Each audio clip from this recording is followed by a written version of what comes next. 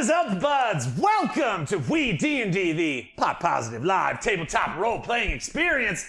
I am your dungeon master for the night, Brandon Allen McClenahan. My buds, call me Bam. Guys, it is so good to see you. We had a minor meltdown here a little bit ago. One of our mic packs went bad. There was crackling audio. Just for all our friends here in chat, I just put it here too because it's a little harder to read. Goku, Superhero Hunting the Boojum, Luke O'Hearn, Unofficial, all the crew is up in this piece. Gino Fox, Nugget. So good to see you guys. Hufflepuff, we got you. We got Drew Yonemori right here. Look at that. You're all in with us. Is audio coming through for you guys okay? Any crackling or stuff weird for you on your end? Just let us know. I am also high as fuck. Goku, I'm good. Honestly, I was freaking out for the past, what do you say, 15 minutes or so? Easily. Running around, Easily unplugging, the past replugging, 15. doing sound checks. Nugget, good to see you, a new friend of our community. But we did actually manage to salvage, it sounds like. Everybody's saying it's good on their end, which is awesome. So, first off, thanks you guys so much for being here tonight. We are down a couple members in our ranks this evening. That's true. We have with us, of course, the wonderful Nicole and Drew tonight, but we are down Brenna and Jake and Thomas, one of our techs. So basically, I in fact forgot to rename the episode on Twitch, so it probably says something incorrect. We are going to be doing a Monster Mash tonight. So Monster Mash is a test concept. We're still kind of building this, so you might find that tonight we'll be calling you out, talking to you guys a lot. If you ever have any cool ideas as we're going through this, as I'm building, we're going to do a thing where we pick random battle arenas. If you're like, it'd be cool if it did this, just throw it in chat. I'll try to pick up the ones, incorporate them as much as I can. Madam Funyuns hasn't been murdered by Nicole, suppose. I noticed she's typing. You're typing right now. Madam Funyuns, quick, type again. My hands are up. I looked over, I was like, obviously that's Nicole. Unbelievable. Yeah, guys, we're gonna be testing out our Monster Mash concept. Gus Two Blunts Langley and I did this probably about a year and a half ago, maybe 2 years now. It's wild. But honestly, it's funny because I always try to show you guys a little bit of like, D&D it's tough to get a group of people in a room together sometimes. Obviously, we are blessed with some amazing performers and they have other obligations and stuff. We've been really good about being consistent, being here as much as we can. But this is something you might deal with in your D&D life. Like, hey, we called a bunch of people, only a couple could show up. So I've been trying to think about some different ways that we could solve that equation. Like, how do we get our D&D itch scratched with just a couple people? And Monster Mash came out of that. What's up, Urance? Welcome in. So first time we did Monster Mash, it's a Pokemon concept, basically, if you will. We pick a challenge rating, and then you can choose 3 monsters. We pick the same source book, so it's not unbalanced. 3 monsters from the same monster catcher. My monster catcher hat. Your little Poke hat. My hash Thrash'em. Drew Ketchum. So we all picked 3 monsters that added up. In this case, the CR was 15. All use the same book because I have found the power balance is a little unbalanced in certain books. We might also try different books down the line. That could be a fun thing, like pick up the Kobold Press monster books and try some of their. They have really good design monsters. Evolving Shadows, welcome in. But yes, so we all picked 3 monsters that added up to a challenge rating 15, and they will be doing battle in this mystical arena that you will see as we get into the game. So yes, this is a bit of a monster fight. It's something I thought would be fun. Like, hey, if your friend came over and you were like, let's pick a challenge rating 25. Now let's add 3 monsters up to 25. There's some strategy in it. Do you pick high CR monsters that have big whammy effects, but then fill the gap with those low CR monsters like goblins and stuff that just get waxed right away? Or do you choose ones that have crazy parties and stuff? We got a raid coming in. What? Welcome in, guys. Thank you so much for raiding us. That's Anne's Adventures D&D. And I've heard all about your adventures. So thank you guys so much for bringing your people our way. This is WeeDnD. We're a cannabis positive D&D actual play featuring professional entertainers from Las Vegas. But tonight, we're doing a Monster Mash. So this is our version of a D&D Pokemon battle. I think that kind of goes over. We'll touch it a little bit more near the end here, but I just want to give my delightful cast here a chance to introduce themselves. I'm going to pass this magical energy from the joint that I rolled in 10 seconds before we went live. I watched it happen. I watched it. It might run like a bit. Yeah, it happens. I'm going to pass this joint through the magical fibers of our beautiful board table to my dear and wonderful friend, Nicole Unger. Nicole, how you doing? This is so exciting that I'm the first person that's not Brenna. I love Brenna so much. This is really cool. Ooh, hold on. It's always been Brenna first. It's always Brenna first. Always Brenna first. 3 years, it's always Brenna first. Wow. I'm Nicole. I play Shayemira. Enra is who I was playing, and then Enra ended up being Shayemira. Surprise! Who is a changeling. I'm very excited for her to come and be this general for this monster mash. I'm looking forward to that. I'm excited to learn how to do the monster stuff. I've never played monsters. This is gonna be exciting. I'm looking forward to this Pokemon type thing. I'm gonna pass this to you, Drew. Here. Oh, well, thank you. Allow me. Oh, with my T-Rex arms. Thank you. Stop. Yeah, I know. What's up, buds? Drew. That's right. Tonight, making his grand return, Big Papa Thoricus. Oh, yeah. You know it. Yeah, so pretty happy about that. I brought the shirt, which I counted in most of the episodes that I would wear when I would get super ragey as Thoricus. I was like, dude, I gotta wear this fucking thing again and the lights are so good. Oh, man. Anyway, this went out. I'm gonna spark this up. I guarantee it's not gonna smoke very well because I was like 10, 9, 8, 7, 6, 7. Grab the bong instead. Let's go. Yeah. Dirty Davey coming in. What up, girl? Good to see you. Dazzin Man is thrilled because Thoricus is back in the house. For those of you that are new with us, Kitty Nugget, Pram I know also. Goku, you're new. I've seen you watching some of our older stuff. The prologue that we did during COVID was 76 sessions long, and it told the story of the Ferocious Five. We told the end of the world of Everendel and the birth of the world of Ganjaria, where our campaign takes place. Thoricus, one of the generals brought into this battle arena tonight, will be hailing from that realm. Now, Thoricus is actually still alive, 550 years later. So you'll be seeing a little bit of an older Thoricus, a Snoricus. No, Yeah, a little bit. a little bit. He's now the general in the Indicus Empires, which we haven't actually gotten to yet. Ooh! Little lore tidbit from That's the world. exciting. Yeah, and then we will be bringing in Shayemira and Enra from our current campaign. So honestly, just to kind of get some of the details of this out, I think this could be a fun way. I like the multiverse concept of it because now I can reach out to other DMs. Right. And be like, hey, DM, do you want to... Because I always wanted to do DM rap battles was literally what my goal was. I wanted to be like, oh, and the monster casts fireball and you see the shadowy walls fall and everybody goes, oh! And so this came out of like trying to kind of build toward that event. I said this has a little bit of a wrestling vibe to it. Yes. There's I love wrestling. Oh my gosh. So it's a way, like I said, if you can only get a couple of players for a night, that you could still have a lot of fun. Full disclosure, back when we were kids, we used to just like do campaigns with monsters if we were in a rush. We'd be like, I'm a frost giant, I'm a Rakshasa, let's go. And it didn't work very well. I don't represent it, but we're trying to figure out how to kind of execute that version of it. But I like the idea of the multiverse because we can bring in characters from all these other D&D streams, the incredibly talented, wonderful people we deal with all the time. Hell yeah. Some of our new friends as well. I think this could be a fun thing to do with the Patreons of the show, supporters of the show, get in and do monster matches. I know Arj Nemesis is always talking about how he could own me in this, and I'm ready to put him to task. So yeah, tonight we're still testing the concept. We did do one already, but we're going to kind of be tweaking some things along the way. The players all have their monster sheets in front of them. There will be a narrative bent. Like this is still a project in storytelling, I think, for us, but also a fun way to fight monsters, like Pokemon trainers. Yay! Real quick, anything, I know both of you are actually working on a bunch of projects right now. So we just have we're a little lighter today. We're not going to be doing a 3-hour narrative. So please shout out the stuff that you're working on and where we can find it. So I have been working on season 3 of the Morning Murders podcast that I do with Brenna Folger and Amanda Kraft. I miss it. No, everyone's like, when is it releasing? We're so close to releasing season 3 that I can taste it. So that'll be up on Spotify and iTunes, and we have an Instagram page, Morning Murders, spelled like morning and death, because it is true crime and coffee, so murder. It's fantastic. I listen to it every day, like when I'm getting ready for work. You know, I have to get into a wizard costume, so it's like I always plug it in. I realized literally yesterday, I worked last night, did 2 shows, and I was sitting there like eating before the show, and I was like, well, this is when I listen to Morning Murders. So I went and checked, and I was like, oh, that's not out yet. Dang it. We're so close. We're so close, which is really exciting.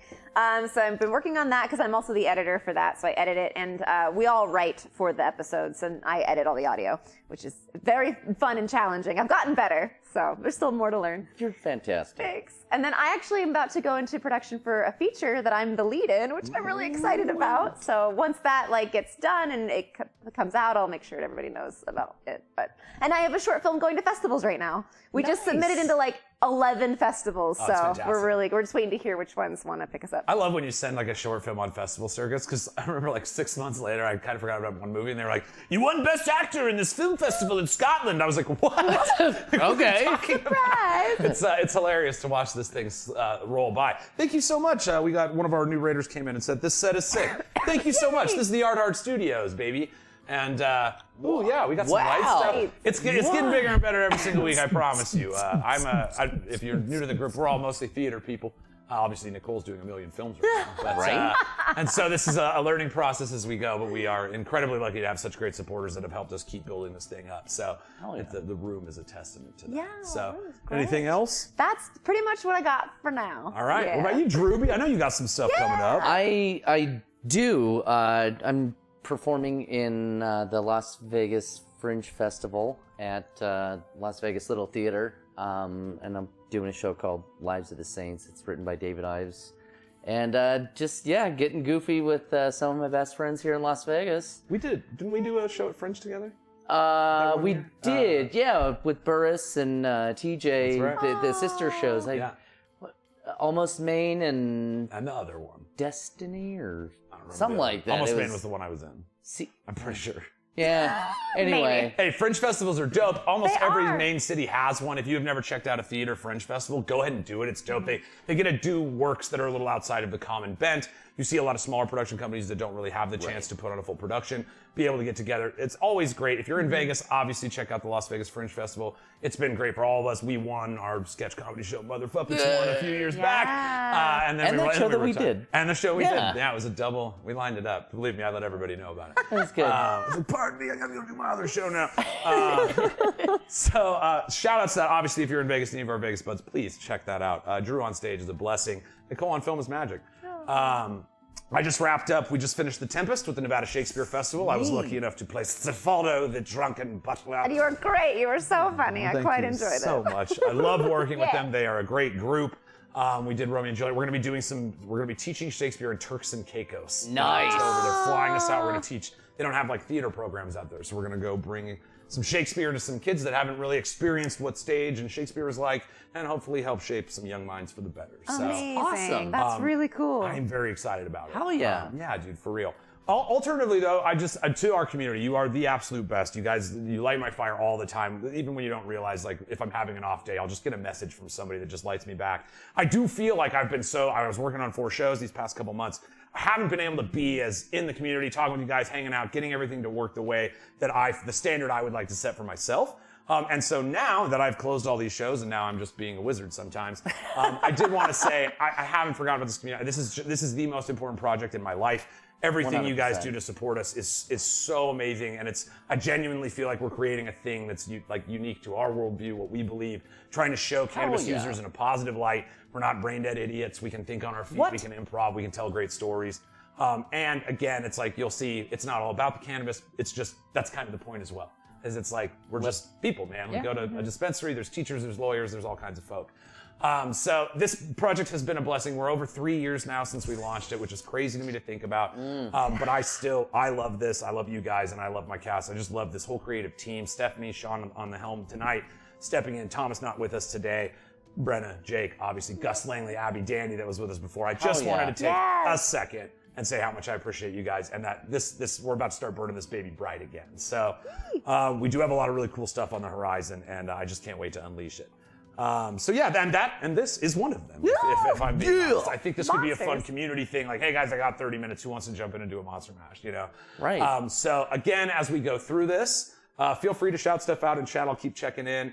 And there will be certain points where I'll just ask if any of you have any thoughts or opinions on what should transpire. And one of those is going to be coming up pretty soon. Oh gosh. So I was thinking real quick. Yeah. Like, I know we've been talking about this game of spliff. Game of It's Spliff. like, Gwent, maybe like that could be one of the rewards of winning like rare cards or something like that, is that you get to use it in your Monster Mash. It's like, you know what I'm saying? now I did, believe me, because I was going to use Vlad's art for this, and then I remembered we have talked about making a Gwent rip-off game. Oh, careful, cantrip, bringing it in the big numbers. What's that? Thank you guys so much for bringing your party our way, man. It's so good to see all you guys. We fucking love Careful Cantrip. If you are not following them, do so immediately. DM Dave is a treat, and that whole crew. Brown, all you guys, man. Seriously, we love you guys so much. It's it's just they work in perfectly for something like we were talking about, the multiverse of just bringing people in and like, bro. Yeah, right there. You're here right now. We're about to run a thing called the Monster Mash, where you pick a challenge rating, you pick 3 monsters that add up to that challenge rating, and then you battle them in a Pokemon-style battle with a little bit of narrative flair. But I want to invite some DMs from across other channels, other multiverses to come here and face me or our winner tonight. Oh God. It's gonna be. He's gonna win. Come on. Come and face me in monster battle. He's bringing out the big dice. and we will indeed test whose monsters will survive the day. This is what's happening, guys. We're about to Monster Mash. We have picked challenge rating 15 and monsters only from the Monsters Manual itself proper. So we all have the same, relative challenge rating balance. It's still a little weird in the Monster Manual, but whatever. We are about to do one of the big moments in this, which is there is a randomizer. Some monsters thrive in certain settings, some do not. And we have asked our patrons for ideas and concepts for potential battle arenas. And we're gonna pull out where this arena will take place. That way I can draw it while you guys introduce I yourselves see later. Grouch Cat's there too. Grouch Couch came in, holy crap. Oh my, it's all the boys. My In the whole house. family's here. My whole family's here. I fucking love Grouch Couch. Family. Turkey's the man. Follow them. I know everybody's like, follow, but do it. Like, go follow them. Like, it's the least, it's free, it's easy. And then sub if you like what the hell they're doing, and you will, because both Grouch Couch and Careful Cane Trip are amazing. All right. All right. Oh God. I know what it is, but I will wait until, because I've drawn it now. But I want to draw it like physically in the space, and Okay. this was something that would have to happen while you guys introduce yourself. So Okay. we do have us a little ritual we like to do around here. Oh, right. Maybe you've heard about it, maybe you haven't, but we like to take a lighter. Mine's electric orange today. Make sure we're not going to light any of our friends, family, or household pets on fire and go. Lighters up. Let's play some fucking D&D. Well, Monster Mash. Ah! Yeah! There's a wall. WeeDnD, high fantasy, literally for you and me. So load up bowl and make a roll to take control. WeeDnD.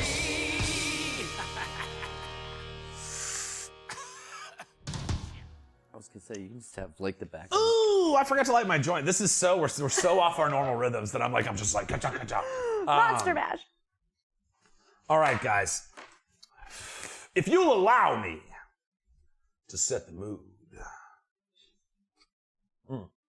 I didn't even open Sirenscape. God, I am so off tonight. Sirenscape. Oh, Here we If go. for Are you all supposed of to give your, a shout out? your Because music, epic shouts need games of magic.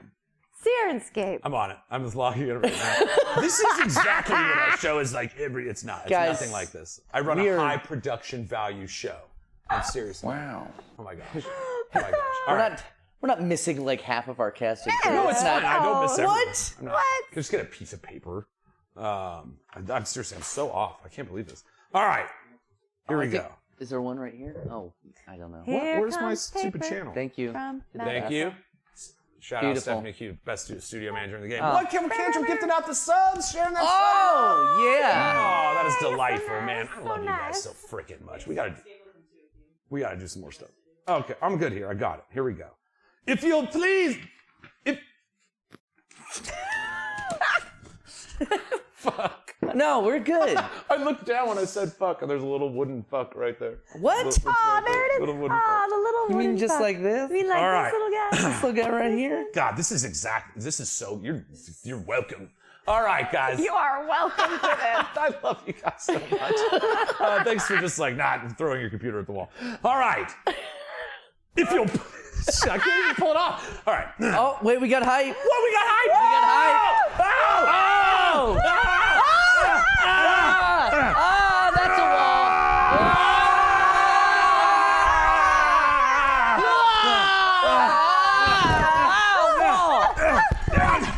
Pass me back. Oh. Spin! Madness. Spin move! All right. Spin! All right. I'm tired. That's too All much. right. It's just Thanks for coming, guys. We're all out of breath. Check My the mics. mic Mic is check. here. It hasn't fallen off. Chickadee. All right. You don't know what you've walked into. You never know what you walk into. I'm so glad you're here for it. I promise. We're here for it. This doesn't represent me. I punched a wall Why did you? on accident. I was spinning in the chair and like my fist ran into the wall. Rip Drew's wall. Yeah. Dude, I need to grab a pen. All right. Anyway, I'm going. It's too late. Is there a pencil? Pencil? Thanks for the hype, guys. No, this pen says badass bitch, so I'm using the shit out of it. Well, now. That's what I needed. I just needed to feel like a badass bitch, and we are ready to go. All right, guys. Like I said 25 and a half minutes ago, if you'll please allow me to set the mood.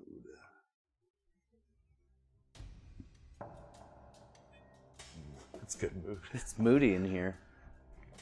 We find ourselves in the realm of Kushala, a mysterious pocket plane far away from the traditional inner structures, the worlds of Ganjaria, the planes of fire, earth, wind, water, heart. Sorry. Jesus. Sorry, I couldn't stop. Captain. All right. We find ourselves, floating through kind of the astral sea, waves and spots of starlight that shimmer far away, strange ships that seemingly flow through the ocean of the starlit sky. We start zooming in on this small floating rock hurling through the sea of stars. As we come in and we start visualizing the planet itself, it is nothing but a rocky and inhospitable domain, small spikes of jetting onyx and iron sticking out from all sides. It looks almost like a sand burr floating through space. Dr. Seuss's worst nightmare. Dr. Seuss's worst nightmare. Gotcha. The top of this strange spiky ball that hurls through space has been sheared off. And sat atop it is a roaring crowd, cheering. Bulgara! Bulgara! You look down as we kind of zoom in on this strange place, each of you standing behind your own wooden doors. You see them shaking in front of you, sand trickling down the walls beside you. There is a great crowd on the other side, anticipating the strange Bulgara. You suddenly hear these heavy footsteps. And as we step out of your minds into that of the crowd, we see this giant arena laid in front of us. Standing with this strange purple mist that blows about its center, this strange shifting wind that can allow this location to be whatever it needs to be. Sitting atop this central staircase of stone is a large throne made of bone. All three of those words rhyme. You see, I'm sorry, it's happened. You see that atop this giant throne stands the massive frame of a creature unlike anything you've ever seen. Troll, ogre, giant, god. These words all fit well into describing this massive, strong, rippling body that stands, littered with the bones of fallen monsters from across the multiverse that he uses to adorn his body. Sitting, hanging around his neck. Whoop.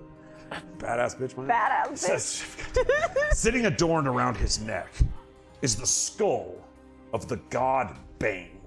Damn it. You've seen the symbol of Bane emblazoned on shields around you as this well-worshipped god. His actual head, including the helmet, sits around a necklace on the throat of this large man. He steps forward to the ambling hordes of strange races that sit all around him in this arena. Everywhere you look, there are creatures from all dimensions, swirling wisps of fire with eyes that observe, large dragons with their wings flexed, sitting on piles of gold that seemingly were traveled with them, kobolds and dragonborn patrolling around their feet. The crowd is littered with the same goblinoids, humans, changelings, elves, dwarves, gnomes, as well as the Githyanki and Githzerai, weird abstract creatures from deep space that are just like an eye and drool and hair that swirl down. Fuck. Crystalline dragons, all types, litter the arena, and they all scream, Bulgara! Bulgara! You see the massive figure stands. He looks down and wraps his hands around the skull, and he smiles. His teeth are all platinum and sharpened to a point. Ooh. And as he looks down, you can see the points where they tear at his lips. His skin is thick and leathery, but he clearly looks like a man who's seen a lot of battle. He's not purple, he's not Thanos, but he's basically dead. So you see, what's up, Vancouver He's by night? Thanos. Yes. Thanos. Yeah, exactly. just You very see he's tan. standing there and he looks down, looks at the adoring crowd, and this hush blankets over the crowd.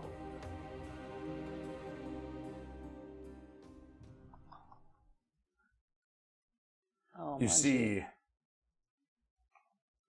horns of great battles begin. What? What? Oh, surprise visit! Is happening? What? Oh my god! Jake Taylor. Oh my god! Jake is here! Of Weed&d. What? Oh my Wait. He God. does the show with us. How you were on vacation? How are you here? How are you here right now? Oh, I Wait, love that where you're are here. we? Did That's- we go into a multiverse? We're in the multiverse. We're in the multiverse. Wait, Are you Yes. Is this your vacation? Oh my Oh God. my god! He's part of the crowd. Jake, we have everything set for one. Would you mind hanging with? Well, say hello. Get over here. Get Come and in say the mic. It's Jake. I took. What's up, everyone? Oh yeah, here. Give him your chest. Fresh off the plane. Can't miss that WeeDnD. I told everyone I ate you. Oh, That's why. that? That's why I was liar. so meaty. Is that good? Oh yeah. my God. always good. You were so tasty. All right. Well, currently, Jake, Get out. basically Thanos is standing on top of this giant throne, and he You're looks getting cushions down. now. I don't have a cushion. Oh, there should be butt pillows. Not bad. That's okay. You look down did and you he want finally one? looks. No. No, I don't. Friends, No one's using it. denizens of the realm, seekers of fame and glory, I welcome you to the Monster Bash of Kushala! Brah! The crowd starts cheering. You hear 1,000 different languages some your ears have never heard. The voice of this it. strange man at the top of the stairs shakes the doors in front of you. It's so intense. I am Bulgara, the prime Korgath of this realm. I bring to you a tournament of monsters from across the multiverse itself. Tonight, a true treat, as I have pulled today's generals from the magical realm of Ganjaria. You hear, oh, there's like a hushed whisper around, like this strange Ganjaria is a place often spoken of, but never too seriously. Yeah. He draws from a puff of the magical ganja itself, exhaling a pink and green magical cloud that flows forward into the purple and pink mists around the central of the arena.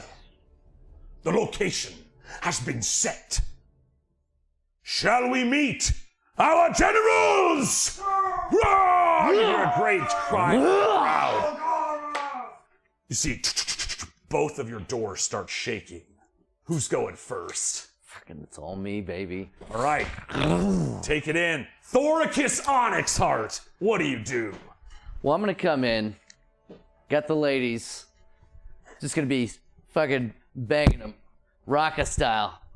I actually like Haka style, but like Raka style. Yeah, the Raka, bro. But yeah, we're gonna do the Raka. Just gonna be like coming in. My whole squad just feeling it, mystery style behind me. I'm not gonna smack my mic again. I did that the first time. That was so bad. But yeah, no. So we're. Oh, I was like, what is he doing He's over there? making a map. Thoricus, you know, as you step into the arena, I know what this is. you see Papa's been through some battles. I know what an arena sounds like.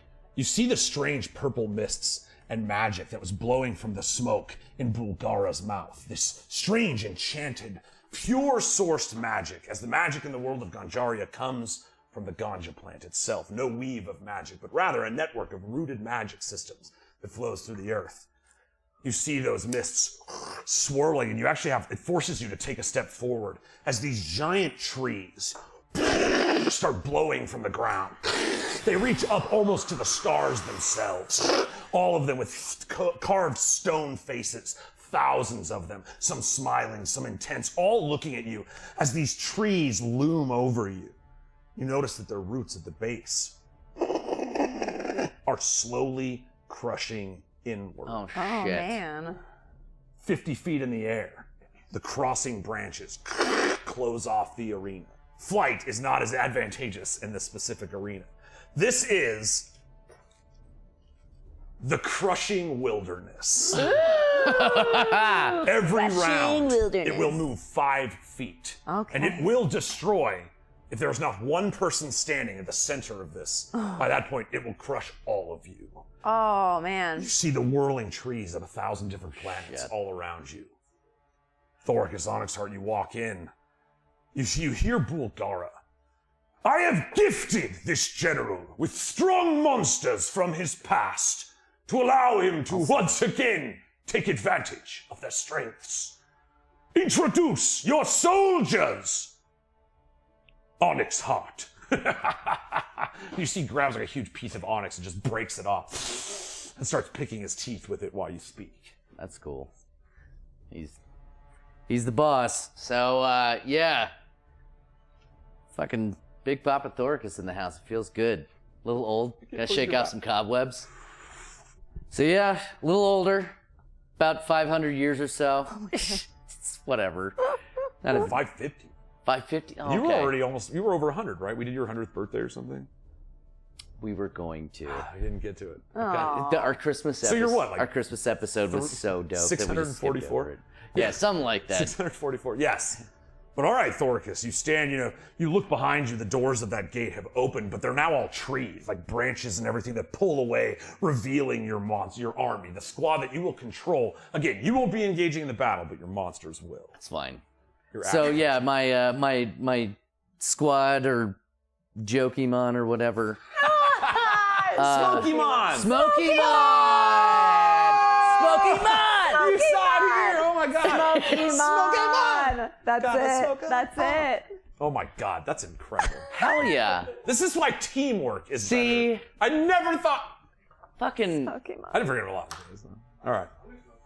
I will smoke to I that. will too. I'll smoke. I just I'm smoked, already but I will smoke to that again.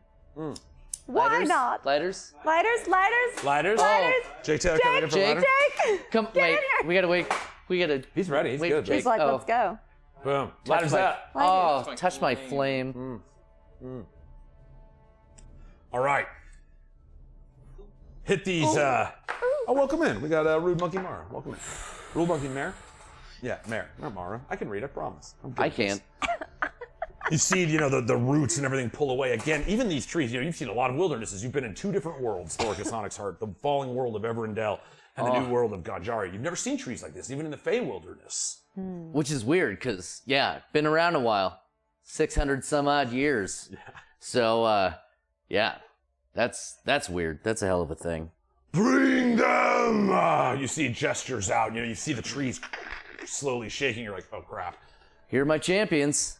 All right, so from the famous Drums of the Raka, I think was the episode name, is when we found the village of Buraka. Buraka. And I was in a bridge pit match against their top warrior or something like that. God, it's been 3 years, guys. Sorry, Yeah, a lot of shit's happened. Hundreds of But I would his- tell you what it was, But his name was Malka the Fury. Malka the Fury. Yeah, but what is? It wasn't the chief. It wasn't something the else. chieftain, but yeah, it was Yes. like the war. Yeah, fucking Oh, okay. I Lord. remember They were the something much like episode. that. Their whole tribe was based off of strength, and so he was like the top dog. He was the alpha. Anyway, so yes, Malka the Fury, he's going to be playing my orc war chief Dope. character. So that's who I've got for one side of it. And after I defeated him in that, and I can't remember who it was. Someone lit that bridge on fire. May have just made it a miraculous appearance into the studio. Somebody's on vacation. Yeah, someone's on vacation, just showed up. It's just. And yes, the bridge collapsed into the pit where we fought my next Smokemon. That's right. Smokemon. Oh my God. The Medusa. The Medusa. Saw. So aptly named by Brunor the Serpent Slayer. That's this one here. So yes, I will have a Medusa in my Kana as well. She's too close to your other guy. Right, I'm like, She looks over and he's like, oops. You're down one. Sorry. Drew. right. Weird. Just don't go out there. Right. Eventually, the trees will they'll turn just everybody turn to everything stone. aside. Oh, that's going to be strong with the trees coming in. Yeah. Ooh, Better act we fast. gotta get All rid right. of Medusa. I love this already. All right. Smoky Hot. months. Yes. And then my final, I don't remember where I got this one from. It's just, That was when you guys fell in, before you fought the Roper. Remember, you fell down inside the enchanted, or no, the desecrated. right. And there was a bunch of kobolds in there. And then there was Doug. And it had Doug, that cape. the It had a cape that kobold. was floating on. What was it? David. David! I was like, it wasn't Doug. David, the David. kobold became the David. new priest. Yeah. Or Yeah. something like that. Yeah. Yes. Okay. And he had a magical robe floating over him. And so, forgot it. was, Okay. Well, I love Beholder Zombies because it's like every DM yes, wants I- to throw a Beholder at their party but can't, and it's like a fun little version of one to do. So I have a beholder zombie. Beholder zombie. Behold! The said- zombie! You're like, look at my strange assortment, and then you look at the crowds, and there's like 40 Beholder Zombies just like. Well, at least I know I got that section's gonna be rooting for me. Finally, you know. Yes! We yeah. feel seen. Yeah, you see Mouth of the Fury. They're just like a big floating eye. How could you not be seen? You see Mouth Now of the they've been Fury as seen. he's like instinctively steps. I mean, you can place them wherever you want, but they kind of set up like this. Instinctively places himself far away from the Medusa because the Medusa did turn him to stone. Yeah, a little bit. Same Medusa. That's how I got the other axe from him. So you hear the cries. Fury. You know, there's a bunch of Medusas in the audience, but they have like these like really extravagant eye covers where they can like look around and observe the game without turning everybody around them to stone. Nice. You see some of the dragons kind of lean forward, and you know, a red chromatic evil dragon that leans in, smiles sinisterly as you all present your army. This should be a good battle. You notice still, even next to all these monsters, many of them look at you and are curious. Why not Thoricus on the battlefield? Enra. I'm old as fuck. You hear the uproarious chants from behind the walls as you hear the sounds of these monsters. You hear 40 Beholder Zombies all going yeah at the same time. And the doors start shaking. You hear the speech again from atop of the steps. Bulgara is pleased by this, as I'm sure you all will be as well. Remember, in these tournaments, the crowd is the champion, not the mighty Bulgara. And you hear the crowd. Oh, yes, of course. Oh. And you see tentacles and whips and strange goo patterns. All these weird, bizarre animals all around. You're all observing, and they're all fervently connected as you kind of notice that there is this like emanating power from the head of a god that rests on his neck. Yeah. Everyone captivated Thoricus. You even find yourself like. Well, yeah, we were at I think it was before we started like putting it on. I think it was in our pre-episodes. But Yeah. didn't we go to a Temple of Bane? Temple of Bane. I thought so. It's like Temple of Bane. That's like Temple of Bane. first time we tried recording this to see if we should do this. I think that was our first I think dungeon. it was our first dungeon. Jesus, that was like correct. 3 years ago. Oh. Oh, oh, there you go. Look at that. Teamwork. All right, so I did run around a ton. That's probably why the tape got ripped. And I wasn't like, I'm going to do the smart thing and not headbang. Not rock out. How? You know, you hear the chants. It's time. You see, another general plucked from a strange and bizarre time in this same realm. Blessed by a celestial, a most uncommon thing. And then you hear like a celestial like, it's not that uncommon. He's like, shut up. He's like, I observed this creature through a strange circle, watching the realms of shadow, the fairy realm, and the realm of men, splintered to a single point. I couldn't help but put my hand in! Everybody laughs along. And from it I have plucked quite a strange, tormented soul. Open the gates! Shayemira. The gates flip open in front of you. You see the chaos, the crowd, the swelling energy so strong it almost pushes you back as all the eyes peer from this ancient dwarven general tested on the battlefield time and time again. And they shift over to Shayemira. Now, Shayemira is a shapeshifter. You can take whatever form you want before you walk out, but that is your decision to make. What do you do? I choose to stand as who I see myself to be. But I've added one nice little touch. I have my, I had these things as Enra that were like on my wrist that made me feel really powerful, a part of my armor, and I have manifested them again to feel the power of Enra within me. But I've got my purple hair is kind of back in like a messy bun. I've got my rogue kind of tight-fitting black, easy to move in outfit on. I look down and I have my bracelet that is from Mark, and I listen to the zombies and I think of Funyuns fondly. Miss him in the forest. And I'm on guard already, so I feel like my psychic energy is kind of like around me. I can feel like the pink energy just kind of engulfing me as like a nice little frame. And I am very hesitant as I look out into the crowd, but I notice other changelings. Yes. And I make eye there's contact. only 39 beholder zombies. One of them's like, yay! And I go, great. Got you, man. Got you. Nice. Hey. This is good. This is good. I go, tulips, right?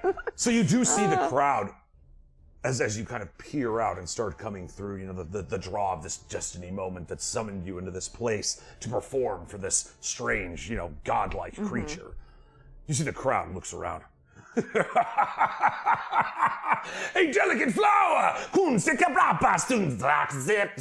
Yes, I am interested to watch this fight! As there's this little green cloud floating near the back. But you see, as everybody becomes more and more confused, a green glow shines from behind the audience as in walks Shayemira. You look and you feel those tendrils of pink magic energy drawing back to these creatures that you yourself have manifested. You look across, you see, the Medusa. And again, Drew, you can set these anywhere you want on this first line of squares. Do remember that if they're looking at Medusa, and close enough, they will have that problem. The Medusa problem. The Medusa problem. The whole Medusa Look problem. at the tree. So yes, you look out and you see standing there the floating beholder zombie, the mighty Medusa herself, and this war chieftain strong at the far side that you see is keeps peeking over to make sure the Medusa's nowhere near. Right. I'm not going to go in the corner because I would have already noticed that it's creeping. Yeah. And yes, you notice, as you kind of step forward, the ground shifting at your feet. This is somewhat familiar to you. You literally just came from a shifting dungeon. Yeah. And so it's like the manifestation of this energy, it's like strangely common between those two places. You look as the manifestation magic from the ganja smoked by this Bulgara mixes with whatever strange magic is on this plane. You see the trees all around you, the roots that are trying to close behind you as your army is presented. What did you bring? So the first thing that manifest shows up is my displacer beast, which is named Amethyst. Ooh. And it was a creature that when I was very young and I first ran away from home, I made eye contact with in the forest as I was alone. And it was a moment of intense fear, but also empowerment because I felt like the beast respected me because it shifts and I shift. And I kind of held on to that moment as I progressed alone until I found the shifting council.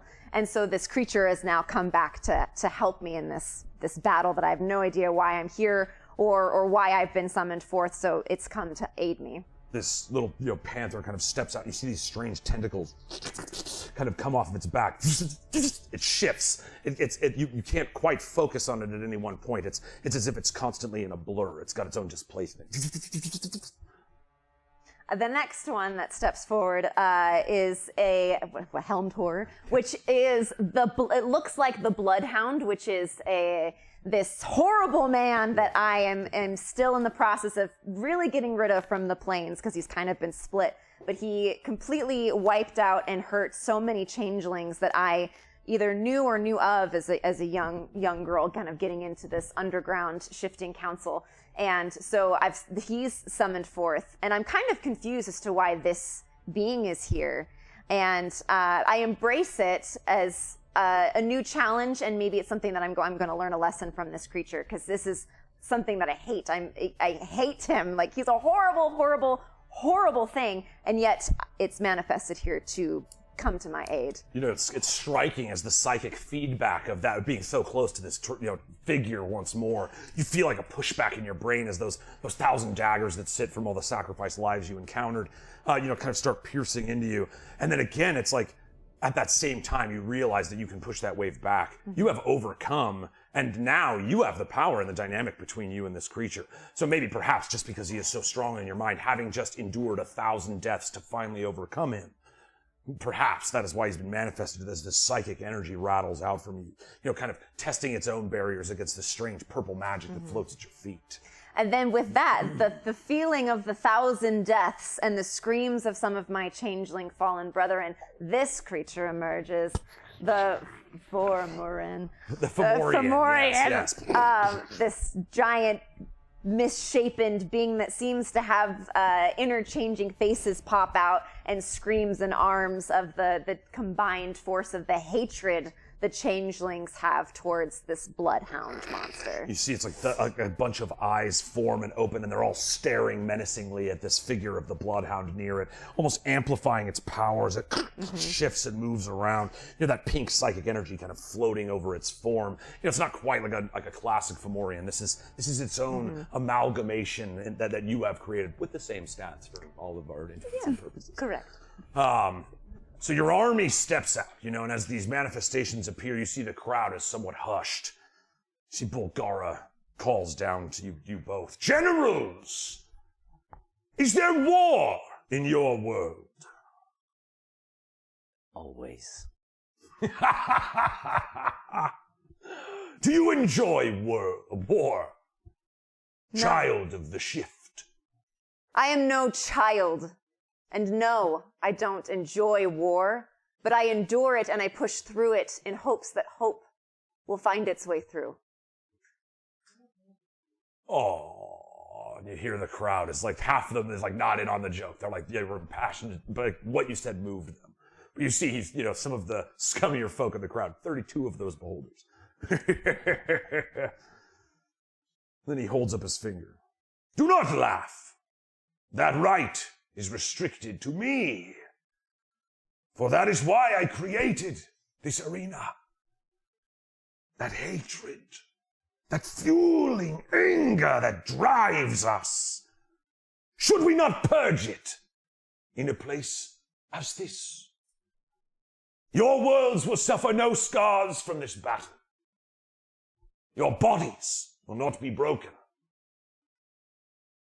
Unless you decide not to fight. The crowd all shifts over on you guys. What do you do? How can I guarantee that my friends back at home are safe? I know nothing of you. You see, just gestures his hand, and you look over, you see sitting in the back of the crowd, kind of near you. We'll put him over here.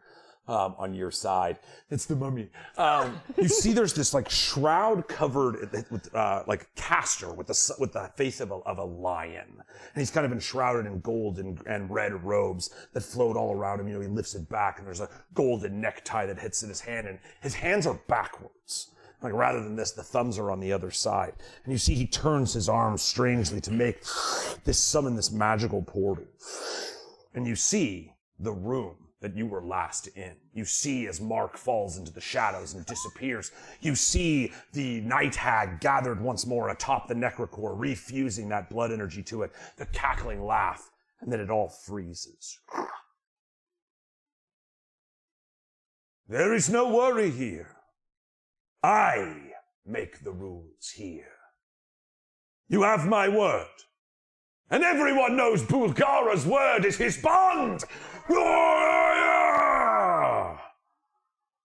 There is a prize for victory. Destroy me and mine, and this realm could be yours. I can get behind that. Well, good then. Do you agree to the terms of the battle? Last monster standing. Absolutely. All right. I'm holding you to your word that my friends will be safe. Shall we mash? You know, you see the swirling energies, the trees with the circle past that you walk through to get in, close. You see the dense wood all around you. You can hear the crowd chanting, but you can't see through this thick and crushing forest. You know, each of your generals kind of looks up at each other. You feel the shock of combat pulse between you. Let's roll some fucking initiatives. Let's go! Ooh. All right. So I'm gonna do this the old-fashioned way. So go ahead, just roll a d20 for each character and leave the 20 on it, and then add your dex modifier because they don't necessarily have initiative. Okay. Oh, I need another. And then give it to me from highest to lowest. Okay. You know another I'll d20? do all this first, and then I'll add things. Oh, you shouldn't have given me that one. You know, as you guys are looking around at this the shifting forest around you, you can tell again, it's like basically at the end of every 6 seconds, like it's gonna be pushing in quickly, but covering about 5 feet of space. Shit. Crumbling in around you. All right, so what's your highest number for initiative and which monster? Okay, which We were one gonna would- pre-do this, but this was We when the did. sound all started going bad, Yes. and I was freaking out. We So I- lost yeah. like 25 We lost minutes. We did. It's We too much lost time. time. What I is was time? freaking out. All right. Wait, what do I add to the Just the number? dexterity modifier. Okay, the okay. So little that doesn't get plus. anything. This gets 1, and this gets 2. Okay, so my highest one is the Helmed Horror at 20. Oh, all right. All right. Next highest? My next highest If yours is higher than a 20, you can jump in. It is not. Okay. And then go ahead. My next highest is at a 14, and that's the Formorian. Little FOMO. 14. Do you have higher than a 14? So there's 3 rolls, right? Yes, one for each monster. Does it matter? Do we choose? Or... I would just say in this case, go from left to right. So Yeah, I just Okay. kind of left, rolled middle, one and put them on right. each one. Okay, so the Medusa has a 16 Okay. because of 14 plus 2 dex. So, 16. and then the rest of them are just dog shit. So you go ahead. Dog shit. Well, my next one's only a 4. So. My next one's a 4, and nice. the one after that's a 2. Which has the higher A dex? 2. That's how you discern Okay, who my goes dex first. is a +2. Okay, well, the Beholder's a -1, and the Orc War Chief is Just a... the one that has the 4. So that's the middle one. So the beholder. All right, Okay. so you'll split that 4. Okay. So who was that? That's the displacer piece. That's amethyst. Amethyst. Goes at 4, and then you've got 2 2s.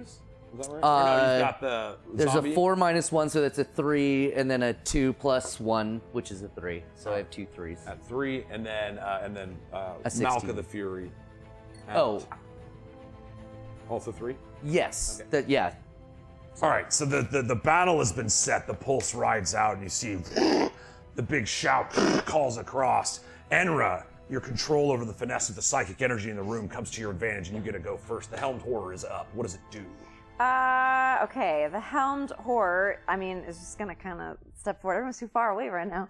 You're very far. But everybody's so far away! Get closer over here! The Helmed Horror looks around with no eyes, because he has no eyes, and absorbs the layout of the land, and then takes some steps forward.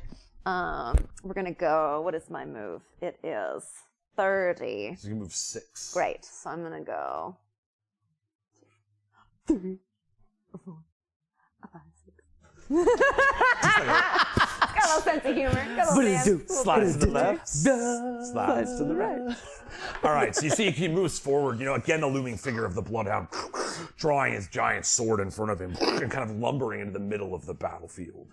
Do you have any, I don't know if he has ranged attacks. Does he have any ranged stuff? I think he just has a sword. He really just has a sword. All right. He's just like, come get some. I'm right here. We give monsters their reaction, so you could ready an action. He could be like, I'm gonna swing at the first thing that comes near me if you want. Yeah. That would be his reaction. That's and what he we're would gonna use do. He's gonna double hand his sword and ready his action. it. You see, rather than, the red of a normal helmed horror, it's that pink crackling energy that crackles off the blade as it stands in the middle. It's like eyeless face. Remember, it's blind. Its body sheaming under its armor. It stands in the middle of the battlefield and settles down.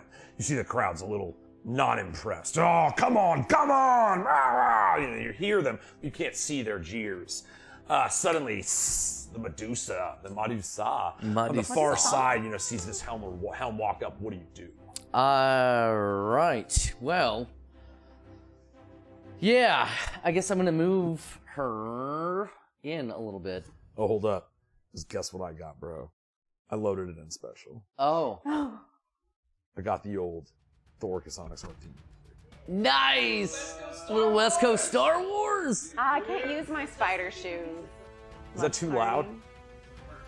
That's good. I mean, I could like be on the side, but like spider shoes, and Is like it too loud to you guys? just like looking at. I think it'll still duck behind us, so it's probably. All right. Come on, I can't Yay, see. What's up, Todd? All right, so here we go. The old Thor. It's been good to be able to break that out again. Indicus Empire theme music. Yeah. So yes, gonna move the Medusa.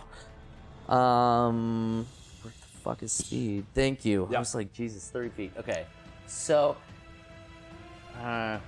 this sucks because I didn't realize who her people were until.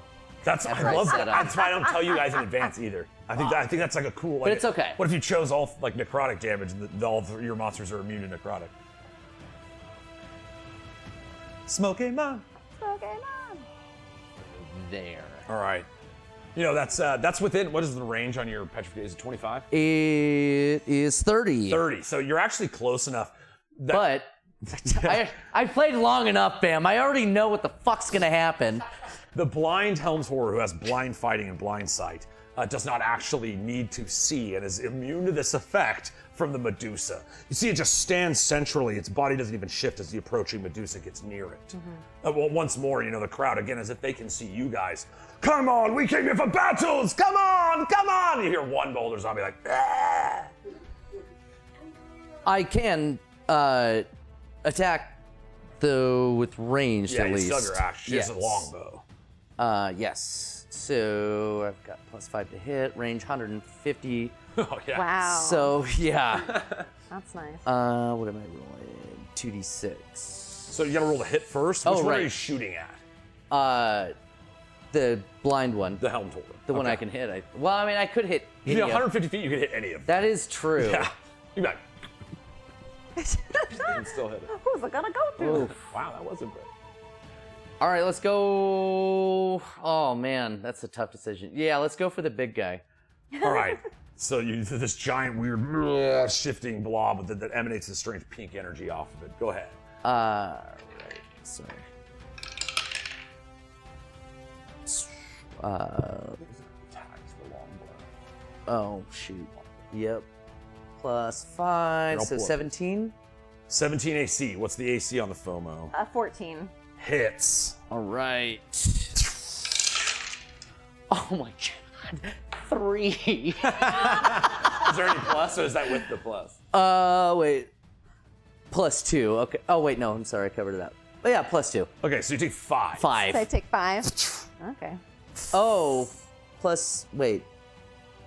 This says +7, 2d6 poison damage? Yeah. It also does poison damage. Oh, yeah. Yeah. So longbow. Yeah. It does a D8 +2 piercing, and then +2d6 poison damage. So I gotta roll. Does it have any immunities or resistance to poison? No, I don't see anything now. Okay, cool. I'll just double check. I haven't pulled up now. I apologize. I'm behind on everything tonight. Dude. No, I have no resistances. for the We're phone. doing it. It's happening. This is a match, Dude. right? We're here. Jake's It's here. fine. Jake is here, just Jake's hanging out. here.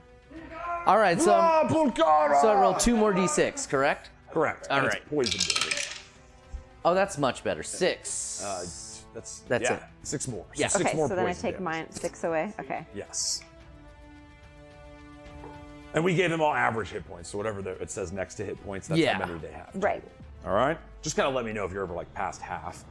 Usually we call that bleeding. Again, this is a fun way for you guys to be like, you're kind of Right. half DMing a monster. No, this is fight, kinda right? cool. Yeah. Yeah. Monster theory. I already respected what you did, but now like having to keep track of all this other shit too, I'm like, Like, oh, okay, dang, so I it's know. like I- way harder than I thought. Isn't What am I it? doing? Isn't it so hard? And he's super charming. Oh my gosh, get out of here. All right, not tonight. All right. So trying to you win do the have crowd, baby. multi-attack also. So you get a second attack with your longbow. Right. It can either make 3 melee attacks, 1 snake hair, and 2 short swords. 2 short or 2 swords ranged or attacks. 2. So I only get 2 longbows because I'm not in range. Correct. So let's roll again. Let's see snakes if are I. Oh, that's a 2. A 2! But I mean, it's like a what is it? +5 still, so 7. Yeah, but that's 7, what's but the it's not. AC? 14. 14. What is that? You see the Formian sees the next arrow coming in. What does it do? One of the shifting faces comes forward and bites it. Nice. The arrow caught in its mouth. You know, the glowing energy around the Fomorian continues to grow. Do you have anything else? Not for Medusa. It is the Fomorian's turn. Yay! The Fomorian's turn. Okay, still learning these monsters. Okay.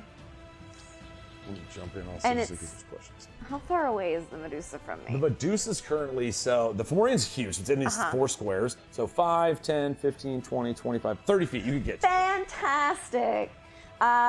So I want to. So you can either hit twice with your Great God, Club that's so or much. 1 Great Club attack and then that Evil Eye. I want to do the evil eye one. So Evil Eyeing a Medusa. I'm gonna evil eye Medusa. Okay, so this actually this is a really interesting, like, Pokemon moment. You cannot, I would say, and I mean, you can feel free to, let's talk this out. The evil eye implies that you are looking at this Medusa. I'd but have to to look say at a so. Medusa is to risk its stone gaze. This is how I want to do it, though. Yes, okay. Because I've got my helmed horror in front of me, the reflection of its, I'm gonna look through like a mirror to look through it, so I'm not looking directly at the Medusa. She Pericles, You gotta roll. You have to roll for math. Oh my god! I'm right there. Roll No, for Pythagorean's theorem That's at so least. dope. Can we roll for Pythagorean's theorem? I mean, that's some straight up geometry bullshit. Dude, that's like how he did it. That's how he beat the friggin'.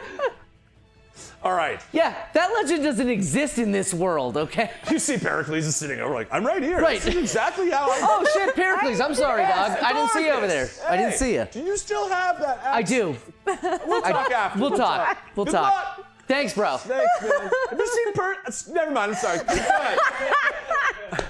All right, so this is a cool moment. I would say that first, no, well, because now you're using the shield. Helmed Horrors do have a giant shield. It has been manifested by her. I feel like pretty cool mythological use of using a bounce shield ability. I like it. You are allowed to inflict your. First, you get a great club. You have a giant club. I do. Do you want to do that first or the evil eye first? The evil eye first. All right. So we can see you. Oh no, it says that you can. So while you're seeing it off a reflection, and it does say in the Medusa, it literally is like you can't. If you look off of reflection, you're fine. So the I creature. know Medusa lore. You make a DC. All right, so you make a DC 14 Charisma saving throw with the Medusa. So. Oh no, it's like +2, I think. Right? Charisma, yeah, +2. So it is 8. Fails.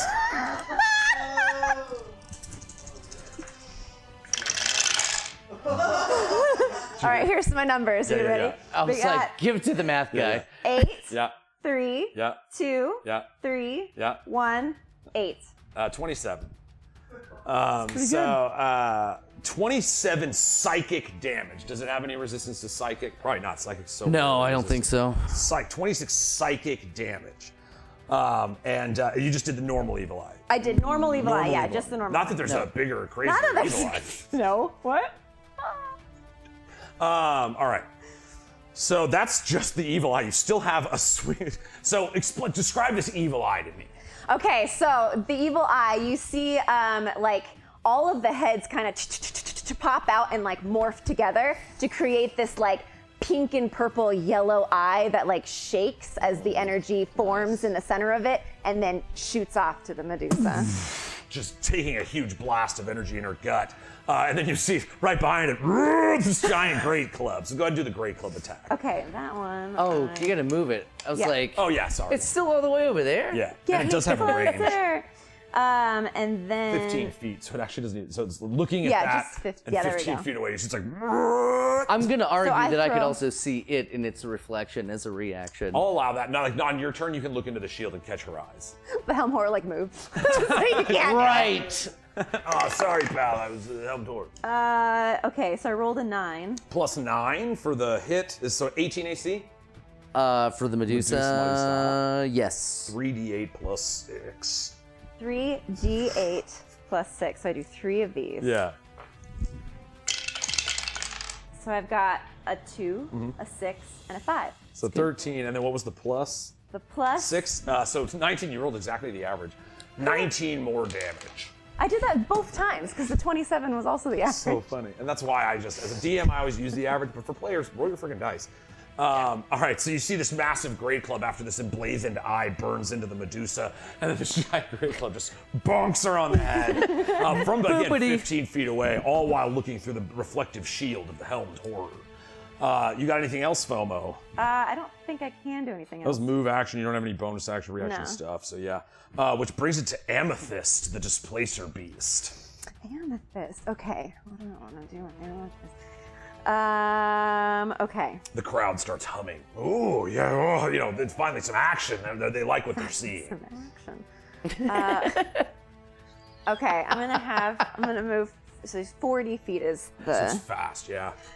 So yeah, it's 10, 20, 30, 40. It wouldn't quite be able to reach unless it has a 10-foot reach. It does have a 10-foot reach. does. So I'm gonna do that. Do you want to go after this I this do. sheaf? Why not? So Get we'll 'em, go girl. 10, 20, 30. No, it was 40. I'm sorry. I was doubling with the count. That's But you were 10 feet away and able to hit. Okay, so So you see I'm this gonna. panther yeah. spreading across, the tentacles whip up. 2 attacks with its tentacles, shifting all over the place in front of you.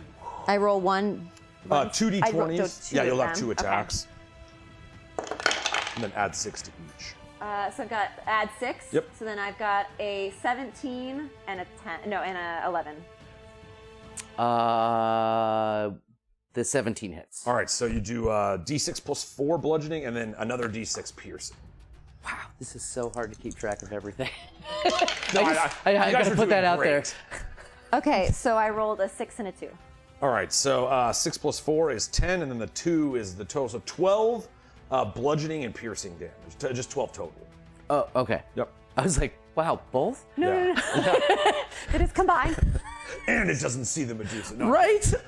All right, that is Amethyst. You got anything else? I believe that, you see the illusion that bounces all around it, making it harder to strike. Yeah, she growls. You hear the crowd, oh, yes, I'm starting to like the little one, and just like, click, snap, down, you hear, yes! From the very back in that little radiant green glow. That is now the zombie beholder. You hear 39 of them, just like that, screaming for their zombie beholder hero. What does it do, Thoricus? I guess. Again, I'm not super familiar with all of this. I'm gonna do the eye ray. All right, so yeah, it does eye ray. The zombie uses a random magical eye ray. So you choose a target you can see within 60 feet of you, and then you'll roll a d4, and that'll pick which one it actually does. Right. So I have to pick which one I want to do it to first. Yes. So I guess this little panther guy over here. All right, little displacer Panther. beast. Or what? I am a displacer beast. I couldn't remember the name. I have so many Displacer. tails. Displacer beast. Okay, so that's a 1, which would be a Okay, so paralyzing ray. No, that's right, paralyzing ray. So the Amethyst must succeed on a DC 14 con save. So roll a d20 and then add the con modifier to it. Okay. You want to get higher than 14. Oh, I got a 10. Okay, I just want to check if Displacer Beast, because this is a spell effect, so displacement appears if it's hit by an attack, that's not an attack. Subject to an effect that allows it to make a saving throw, it takes half damage. Okay, so no, that doesn't factor into any of this. Thoricus, what does your zombie beholder do to this animal? So, I think, as it's watching it run across the battlefield and pummel my guy, it's gonna kind of record that, and inside its mind, it's gonna roll its eye back and shake, and kind of send that mystic energy back out and rewind it a little bit. All right. Because of the nature of this combat system, we don't want stuns to be game enders. We will max them out at 3 rounds, but yours would be a minute, so it will be stunned for I just have a 3 question. rounds. Yes. So this was an attack roll against me? It wasn't. It was a saving Saving throw throw, made. Yes. okay. I did double check. I wanted to make Okay. sure that I the was like, you should displacement... have disadvantage. Physical attacks, yeah. Okay. It automatically hits. Great. But because it just turns, and ironically, it looks at one of your people, and you see this strange, all these weird eye creatures, averting gazes from each other around the room. But our max, again, I probably should have clarified this, but just, paralysis affects all stuns, maximum of 3 rounds. But it'll get a repeat at the end of each of its turns. So To it's do paralyzed another- now. Right. On the start, at the end of its next turn, it's already going to lose a turn next round as Okay. well. It will then make the save to see if it can break out. But it has 3 rounds of paralysis. Okay. You see the shifting stops. Whoa. Okay. but it's still got a hum to it. Right. Like it doesn't say if it's kind of conscious. in motion. It's got that weird, like, remember VHSs? Like when you would Yes. pause it, I do. and it would be like kind of before the moment and kind of Oh, after yeah, the yeah, moment yeah. and kind of on the moment. The displacement effect is gone, however. If it's incapacitated or has a speed of 0, which it does currently, it just kind of locks, but it's still humming, trying to break out, and Yeah. it's going to try every round. Nice. That's a dope eye ray. Yeah. All right, so that's it's respect actually Hey man, Fuck I'm that, excited. dude. This is fun. This is really Yeah. fun. Bring it on. Those are so awesome. All right, so that's its eye ray. It doesn't Yay. seem like it gets to do both. No, because they're both actions. Correct, yeah. So It does, if it's smaller, it's disintegrated without a saving throw. Oh, that's the 4th ray. I'm sorry. Okay, cool. I was like, disintegrated. Let's go. Yeah, no. All right, so that is the end of the. Do you move the zombie beholder at all? I suppose that I could. I guess I'll move it this way. Away from the 4-man. Stay back there, bro. All right, What is wrong? You see the beholder floats, beside, kind of, just still menacingly humming at the displacer as it comes around the corner and strategically positions itself. You notice, Thoricus, that you're standing on this like little bridge of wood that is lifted up under your feet, as so are you. And as the forest will start moving in, you will be carried on it and not hurt by it. Or yeah, I guess I don't know the spacing. I've never used a creature that big Yeah, before. every so 5 feet it touches is 5 feet. That's why I'm yeah, like- you don't have to pay extra to move a big body. Oh, okay. So it's not taking up like 20 feet right now. Yeah. It is, or No, it it does. It actually takes up 20 Oh, feet. so yeah. Well, I don't want to be. I think I just chose that because it looked like a beholder. It's a large undead, so it. Yeah, no, that's right. It's Okay, large. so I don't want to be that close to the wall and be mashed up into this thing again. So But yeah, all the circles it is touching are the ones it stands on. So, yeah. I guess I move in. Yeah, the Or displacement could piece really is no threat to you right now. It just eyes you. And Yeah. then Malka's coming up right after. Okay. Oh, good. Yay. So you see this undead beholder zombie. You hear the ones in the crowd like, one of them tries shooting the prize. All right, so you see Malka, kind of now that the Medusa's gone a little far away, is like, kind of exhale. Right. What do you do? Oh, good. I don't have to look at that bitch. So it's Malka, the Fury's turn, right? Yeah. Well, does he have to move up to get into attacking range? I think so, right? What's his range? 5 feet, 5 feet. Yeah, so you would have to be within 5 feet of the target. Even on the spear, which is weird. That's weird. I get it. It's remember like in Troy when he's using it like a scorpion tail and stuff. Yeah, That scene I'd is have to so- use it as a range One of the attack settings is user. going to be Troy now. It'll just be Brad Pitt. Nice. He'll be there. Orlando Bloom is in that movie, strangely. 100%. Agamemnon's the guy from Secession. That's how long ago that dude was popping. All right, so yeah, what does Malka the Fury do? So yeah, I guess gonna move around side. Classic pincer movement. I mean, I was already in its attack range, so I'm not leaving it. Yeah. No, and it's paralyzed. It can't. Well, I you guess can it can't walk do in a circle anything. around it, and it can't do anything. Oh, well, then let's move a little bit further behind. Let's go kind of back corner, right in the old pooper. Right in the old pooper. All Right right. in the old fat box. is. Yeah, You know what I real mean? brave of you. Get behind the stunned monster. Real brave. Cry Hey. out from Enra on the other side. Says the one that can use evil eye every turn. So okay, and has an enemy with no eyes. All right, someone didn't plan it. Honestly, this was hilarious. I hadn't even factored in all the weird eye stuff going on in So this many battle. eye things. The battle of the eyes. Yeah, but Everybody's one, like, ah! one just Trees happens just to not killing have them. eyes. Okay. All right, so what's Malka do? Yeah, gonna come around behind and use the old let's see, spear. Yeah, that's 2d8. Nice. So yeah, little old. You have advantage on it. If I'm not mistaken, it's paralyzed. Is an auto crit. Really? Yeah, so it's double the dice. So whatever dice it is, what is it? So do I even roll? Not to hit. It's in front of you and it cannot move. Well, that would be 2d8. Oh wait, no, because you can roll a 1 ostensibly. No, because it's auto crit. If you hit it, go ahead and roll the hit. Because if you roll the 1, you would miss. 20.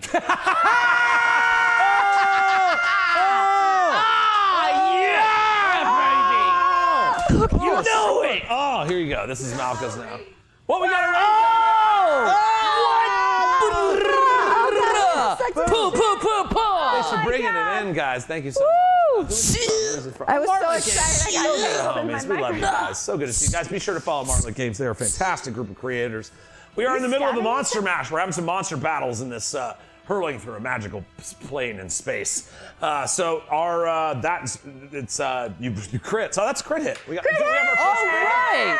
Get in here, Jake. Wait, where's your pipe? thing? Boom! Crit hit graphic. Look out. Oh my gosh. did you get all the way over there? Incredible, Sean. Monster Mash. Here we go. Monster Monster Mash. Ladders Mash. up. Touch my How's fucking that? flame. All right. Is it off? What's going on? I just like turned to Brenna, but she's not here. Just keep running around. I'm sorry for that. It's okay. She's Mine doing showed really- up. She's here in spirit. She's here in spirit and she shakes her Madam booty. Funyuns, now that the phone's down, anyway. He's fine. He's not murdered. Madam Funyuns is All right, so guys, we're having us a monster match, basically a CR15 monster battle between Thoricus Onyxheart and Shayemira. So yeah, you crit. So it's double dice. Whatever the damage dice is, you roll So two be of them. 4d8? If it's 2d8, usually it'd be 4d8 Oh, plus man. whatever the modifier is. Where's another d8? There we go. I got it. Okay, so that's a 5, a 7, a 7, and a 6. 25 plus 4. Oh, hold on. Oh, spear. 25 plus. Oh, okay. Did you use it two-handed? Yes. You said okay. So that's the 2d8. You did 48. Is that correct? Yes. Okay. It's piercing plus 4. So what would we land on? 20? Was it 25? Oh shit. 25 plus 4. 29 damage. 29. I was like, this is 29 what to I the displacer beast. Okay. And it gets a second attack. All right. You know, it stabs in the spear almost vibrates in your hand from the strange energy being contained within it. 18. All right, that's a smack again. That's another 4d8 plus 4. Okay, that's a 8, a 5, a 5, and a 2. 20 plus 4, 24. Okay. You see big damage. He's basically just stabbing this paralyzed animal. Wow. Big man you are. Big man for stabbing a paralyzed creature. Big man. I'm sure the audience will agree. Stab the shit out of it! Stab the shit out of that butthole, am I right? Yes! Yes! Where's the victory in that? They're not even fighting you back. Buttholes rarely do! Sometimes they do! A lot of times they do. I have seen many ways that Thoricus. buttholes can go. Thoricus, I brought you something back from my home. It's a sandwich. Would you like it? Well, yes, that's so kind of you. You're Wow. welcome. Once the trees are close enough, I'll allow the sandwich move. Will you eat it with me? Let me have it. You know what? I'll have a bite of it. Go get some. It was the perfect pause when the shit sandwich came out because your cushion went. Fell out right behind me. I was like, why am I so far back in my chair now? The back dropped out, legitimately. All right, so that's his 2 strikes.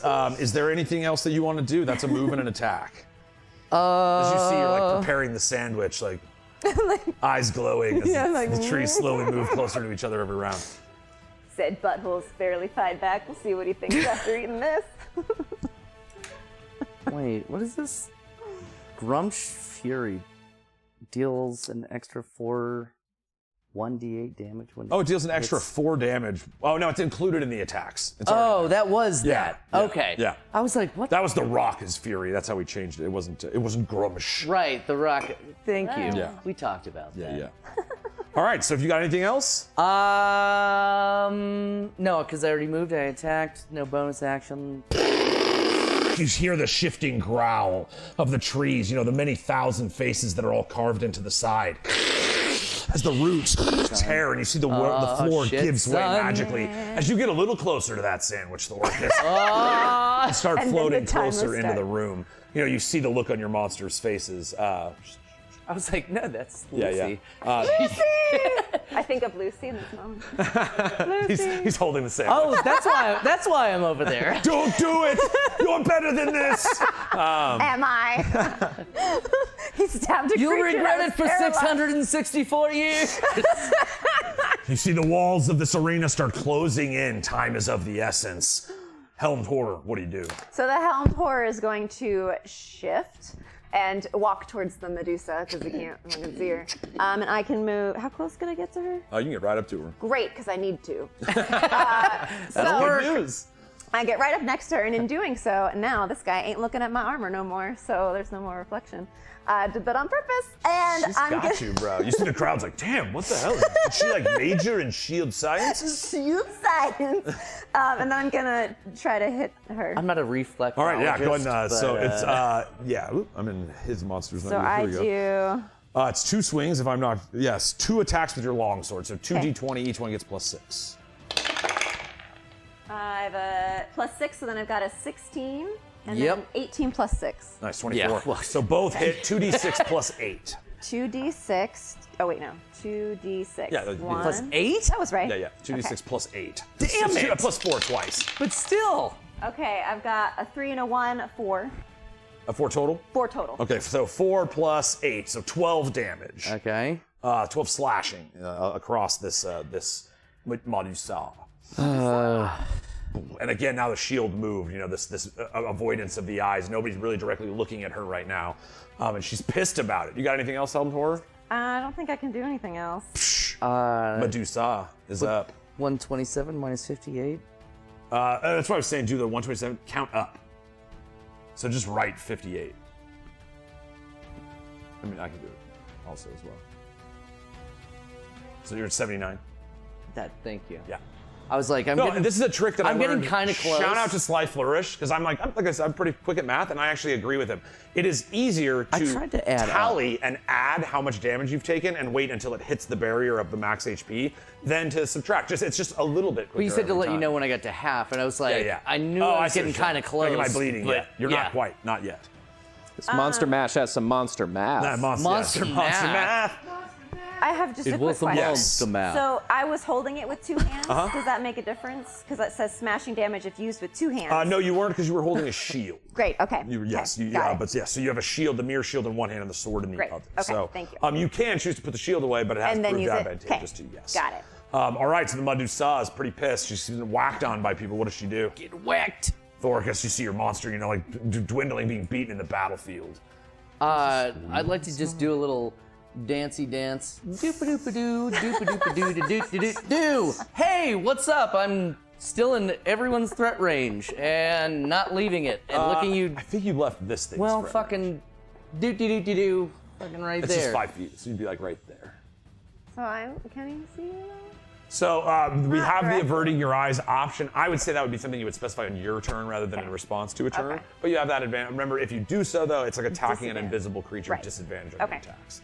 But again, the Formian's not particularly bright. What's its intelligence? -1. -1, yeah. So it's it's like it's looking at the shield, and then suddenly the Medusa, the shield goes away, and it's like, "Meh," and the Yeah. Medusa just comes It's in. just like, Hey. what's up? All right, so Petrifying Gaze, what does it do?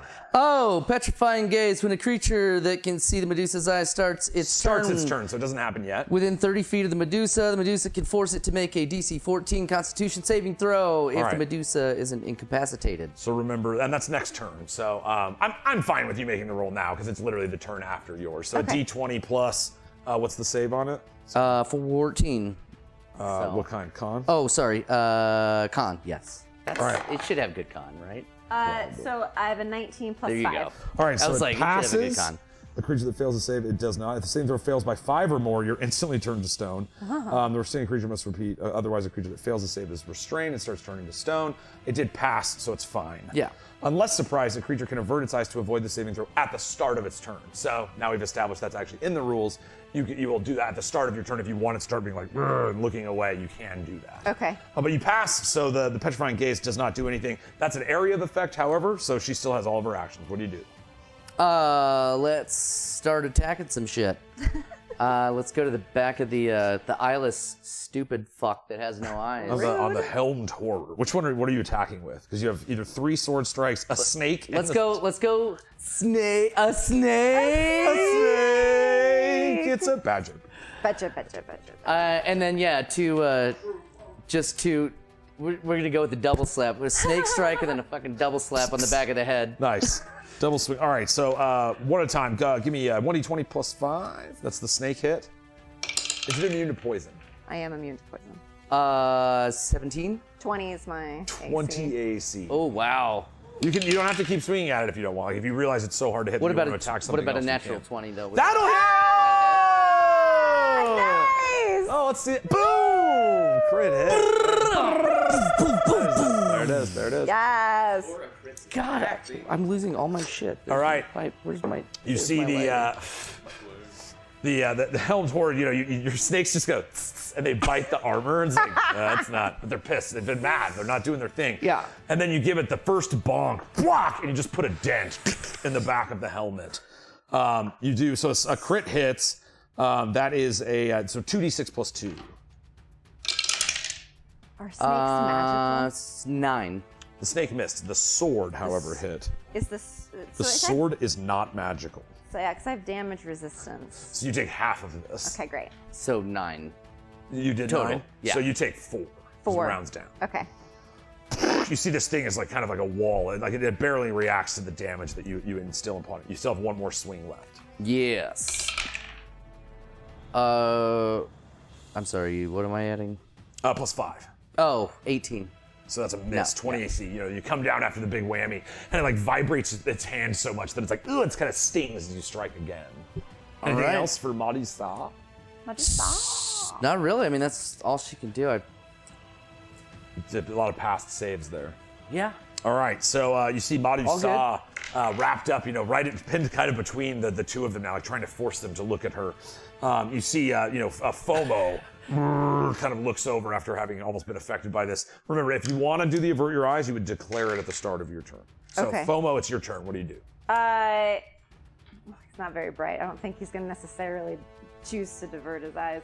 He's going to swing at her. He has so many eyes. Going with the So character many choice. eyes. I love that. Like, I don't. Can I still do the evil eye on them? Because I want to do it. I just basically want to do what I did last time. So I'm gonna hit him, and I'm gonna do evil The eye. curse is like a one-time thing, but yes, evil eye you could do every Evil eye. round. Let's. I was like, evil that's what I was like. eye it. Every round. Dude, come on. it's within 60 feet too. All right, so DC 14 charisma save. Let's use that. Oof. No, 9. Oh, here comes 6d8. You Jesus. see this burning evil eye once more, and you know what's coming after. Like it's happened to you before now. Okay, here we go. Ready? That sounded like suck. Ready? If suck had a sound, that was it.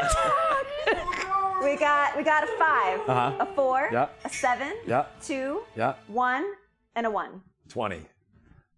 And then I think so. It might be 21. Thank Shit. you. Anyway, we'll call it 20 for now. yeah. And then I'll go back and check, and I'll meticulously berate myself. All right, so 20 total. It doesn't add anything. 20 psychic damage. So that puts me at 59, which is 59, which is less than half. So you start, just like, barely. Literally, the Yeah. psychic energy from this eye rattling in starts, like, blood starts coming out of your ears, eyes, and nose. And the snake's snakes eyes, too. ears, and nose. Aw, little snob. Yeah, you Don't did tell that. Tom. Don't tell Tom. You are stabbing You my did that. animal that can't move. Well, Forget your snakes. you did it to a whole bunch of animals that couldn't move. I only did it to one. Well, you know what? The snake. Who's hit, the monster The now? snake hit first. My Well- friend. The snake hit my friend. No, the snake bit the armor and was hurt armor's by on that my too. friend. Yeah. Okay. So. While you guys are fighting, poor Amethyst is paralyzed and just loses a turn, tries to make the save at the end of its turn. Oh. no, you still have a great club. I'm so gotta- sorry. Hold on. I Yeah, am I not was done like, with my. I was I'm not happy I done. wrote down and remembered Sir, the I am paralysis. not done getting fucked up. Sir. Please wait a moment. I Sir. don't think you can do 59, but it'll... Okay, so I rolled a 17. Plus 9, so 26. Oi. AC hits, I do and 3. 3d8 plus 6. No, FOMO, what's up? Okay. Oh my God! I rolled 3 5s. Nice. 15 plus 6 is 21. Another 21 for you. 38. So, all right. You see it blasts you with this. It's funny, like this pure psychic energy, and then just like the old. Yep. The you with a old club. slappity do. All right. Boom. All right. So you're saving that. So anything else? FOMO's turn is done. Correct.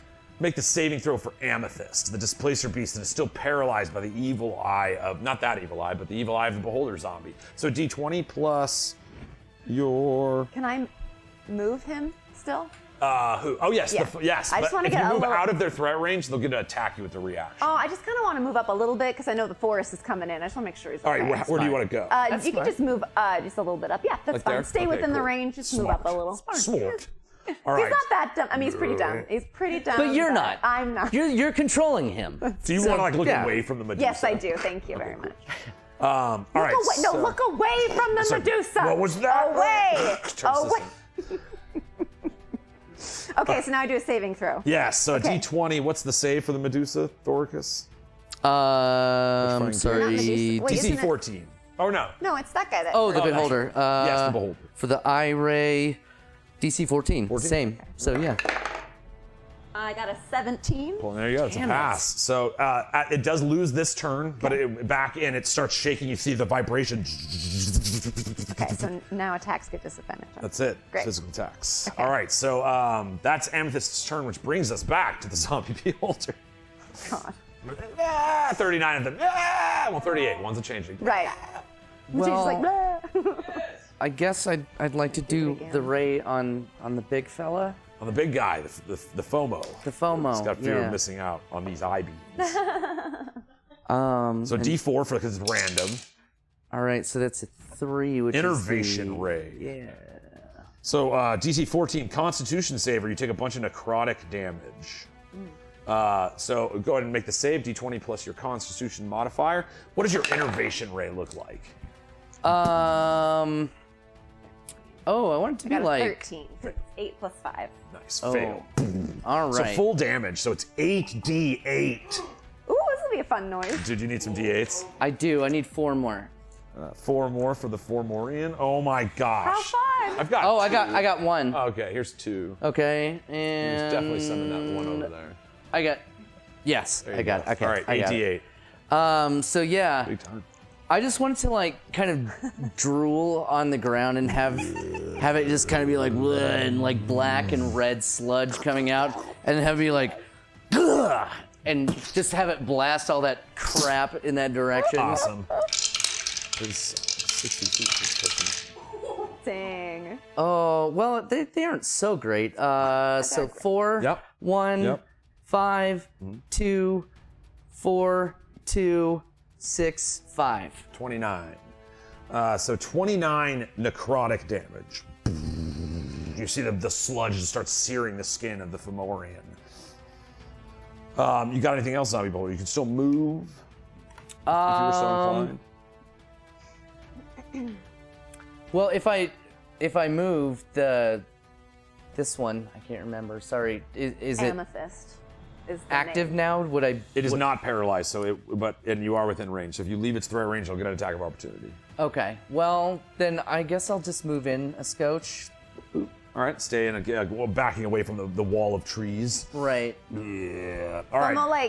Fomo, my little guy, kind of like just gives a little like understanding wink, even though we're in battle together. Right, like, dude, I get we're it. dumb, We're but- not. We're done, but we're We I get get it. you. Yeah, yeah, All yeah. right, back to you. Game respects game. All right.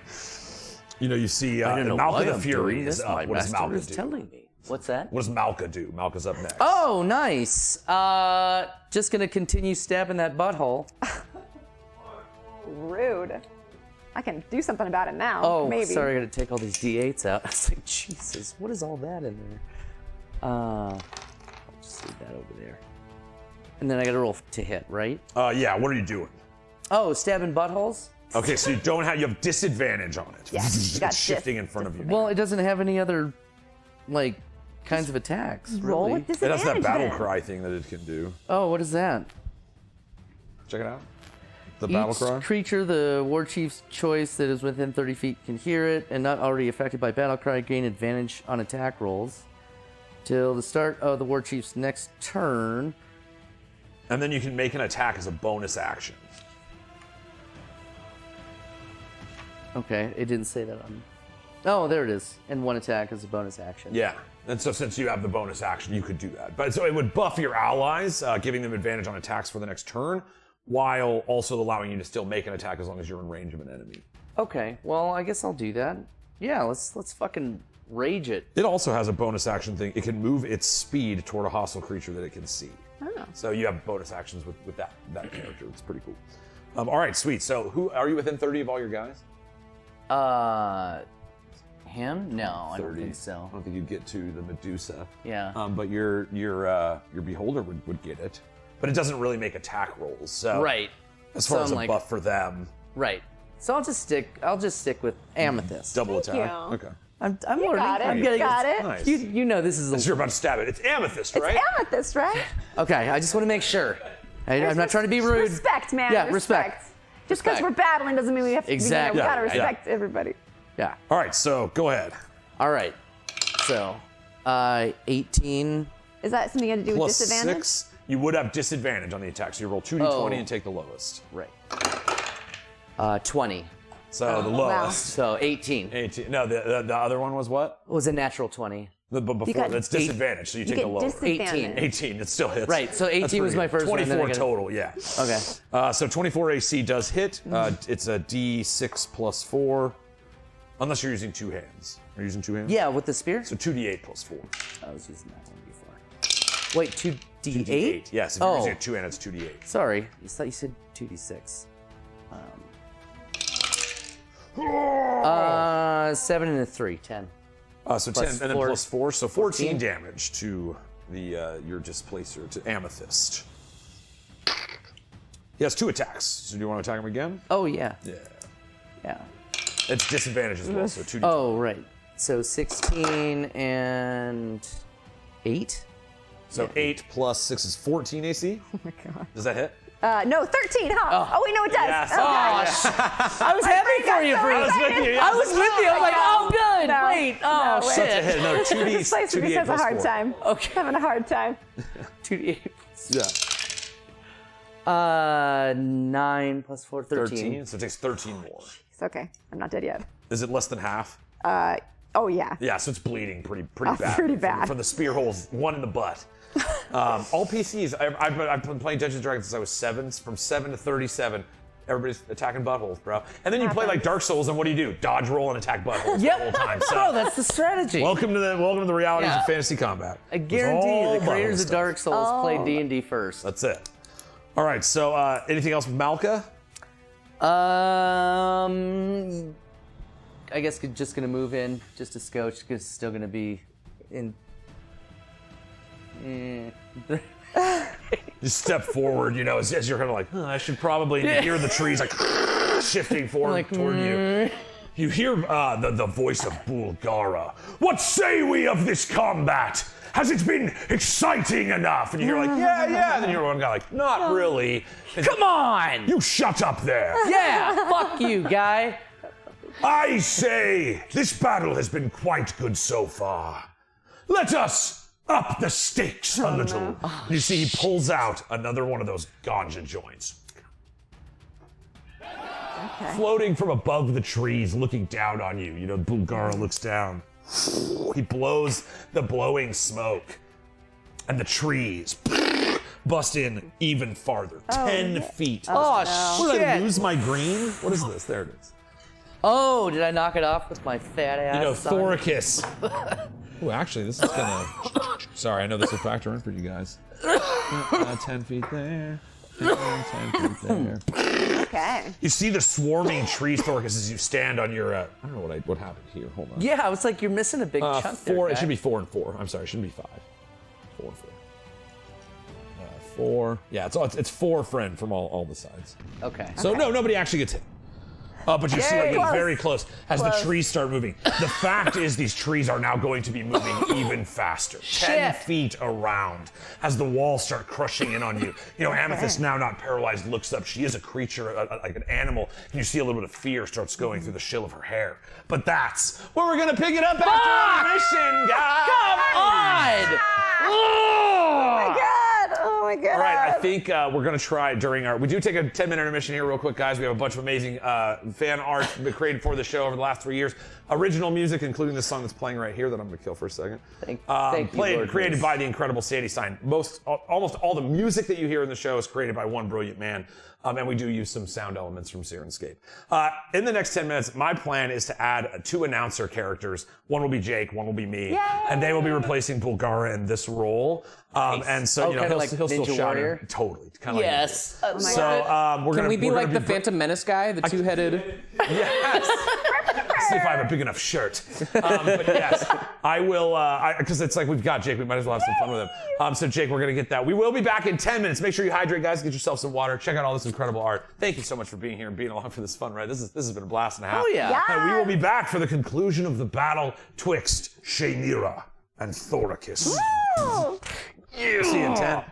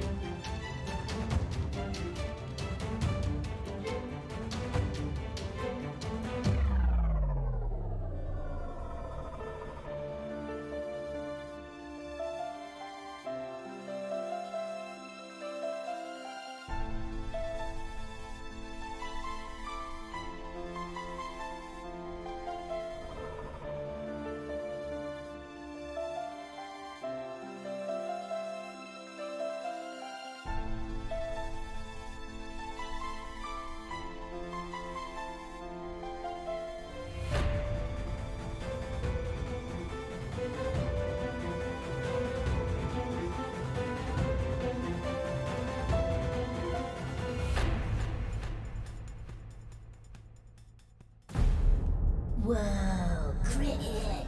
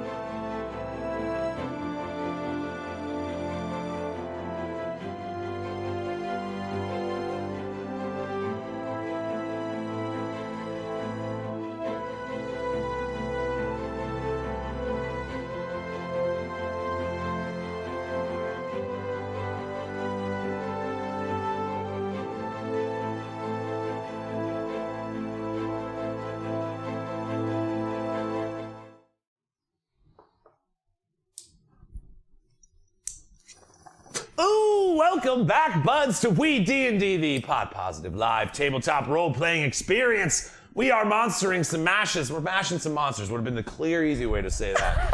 But I chose we're monstering some mashes here. I like it.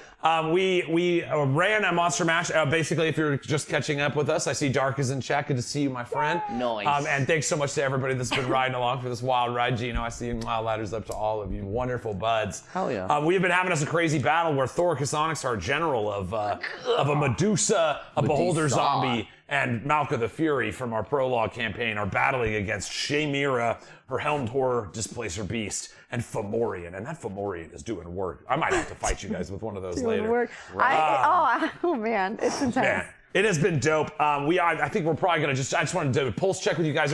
Is this enjoyable to this point? We had talked about maybe bringing in people and asking for suggestions or any ideas that you have. This is kind of a nice point to do that before we jump back in. But I'm also gonna go ahead and bring in my dear and wonderful friend, Jake Taylor, who, something's up with my chair. Anyway, we'll get to that. Welcome to the DM side of the table. Why, thank you. Yes, This is yes. fun. This is nice. Jake Taylor. Yay. Some good real estate, buddy. Mark is Zymark Ivrecular, the Inquisitor from our current campaign. Your arm Here we is go. in Yeah, my right in there. window, We're good. which is Look at fun. that. Look at how good this is. It's Jake. And bam. And that one's Jake. And that one's bam. No. Yeah, Jake Taylor. Here we go. We got Lord. Oh, Moose. Wow, so good to see you, Honey the Bougie. Thanks so much for hanging around. Dungeon Witch, we see you guys. Like, it's so good to see all you motherfuckers. Especially this guy. I didn't think I was going to see him until next Right? week. It's weird looking what at a this camera, surprise. too. Bro, I'm telling you, right? And you're like, don't just stare at it.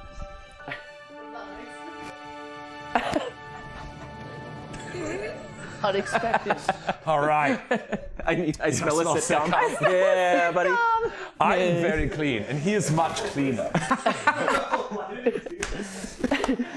One of them is All right, very spam. clean. Can we say that? One of The them. other one One of us is can't. very, We did. very We clean. did.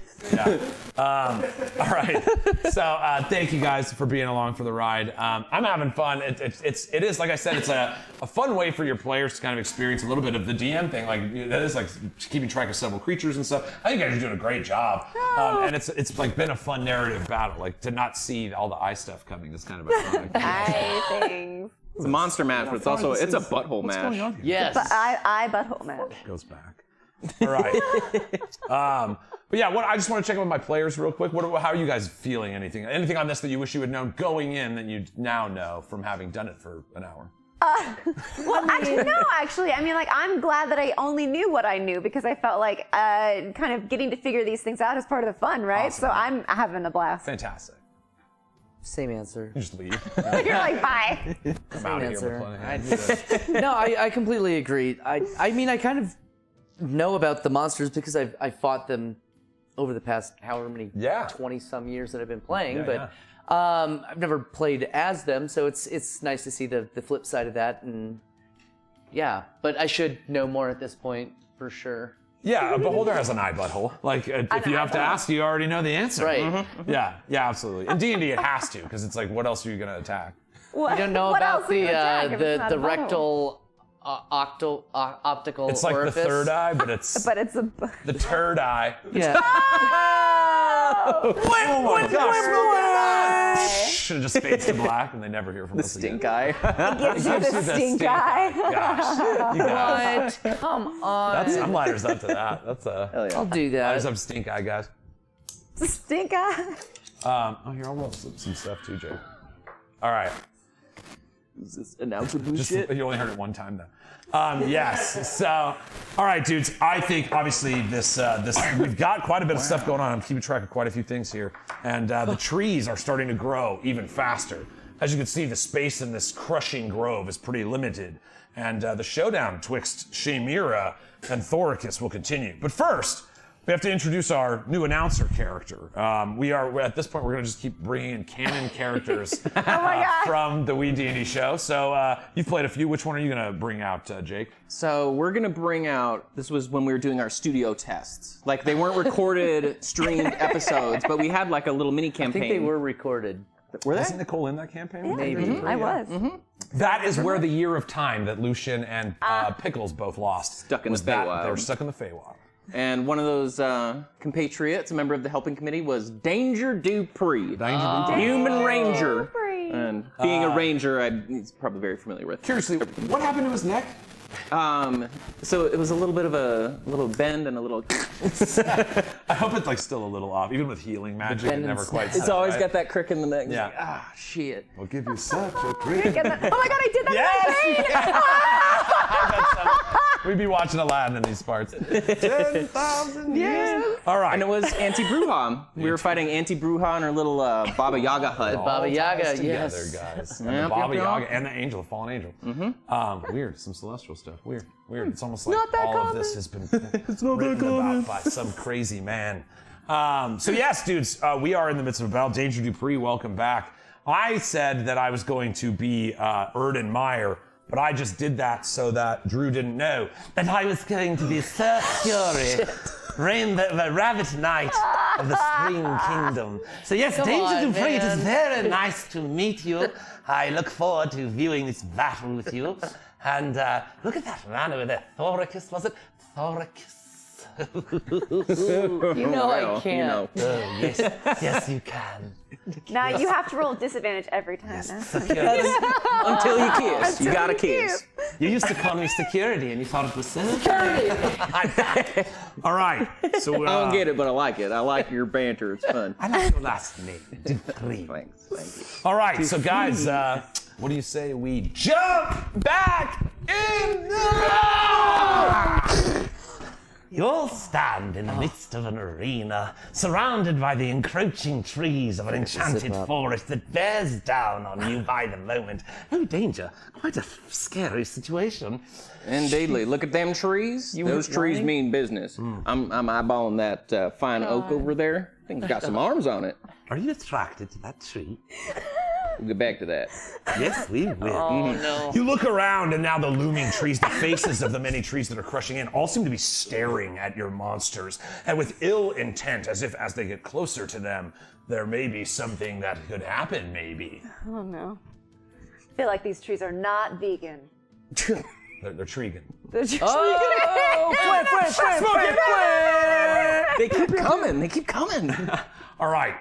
Smoky Man. So we are at the top of initiative again. Your helmed horror would be stricken with fear if it weren't just like a walking suit of magical armor. But it is looking forward as the trees start getting ever closer to it. You hear that whipping tail of the Medusa behind you, the many snakes that hang from her head. Helmed horror. What do you do? He like kind of does that very like Mandalorian where he just kind of like looks up and down at the trees and he's gonna turn around to the Medusa. Look, you have no eyes. Oh, Hey, man. Mandalorian doesn't either, but he Not does. exactly. That's why I compared it. Oh, wow. Oh, my God. Is it a D12? Oh God, it's gonna roll forever. No. Look, D12's it roll landed safe. on the computer. All right. What? All the dice. So on the it does the computer. dope Mandalorian. What just Yeah. happened? That was us All in the the announcer dice, booth though. because it was so cool. Like, whoa! Oh my goodness! Everybody fuck just like happened? turns. Did Jar Jar Binks show up in the fucking Oh, announcer booth? God. Did in Mandalorian an erect house. And it was Oh, It was so dope. I'm gonna try to hit the Medusa. So I roll 2 now, right? Yes. 2.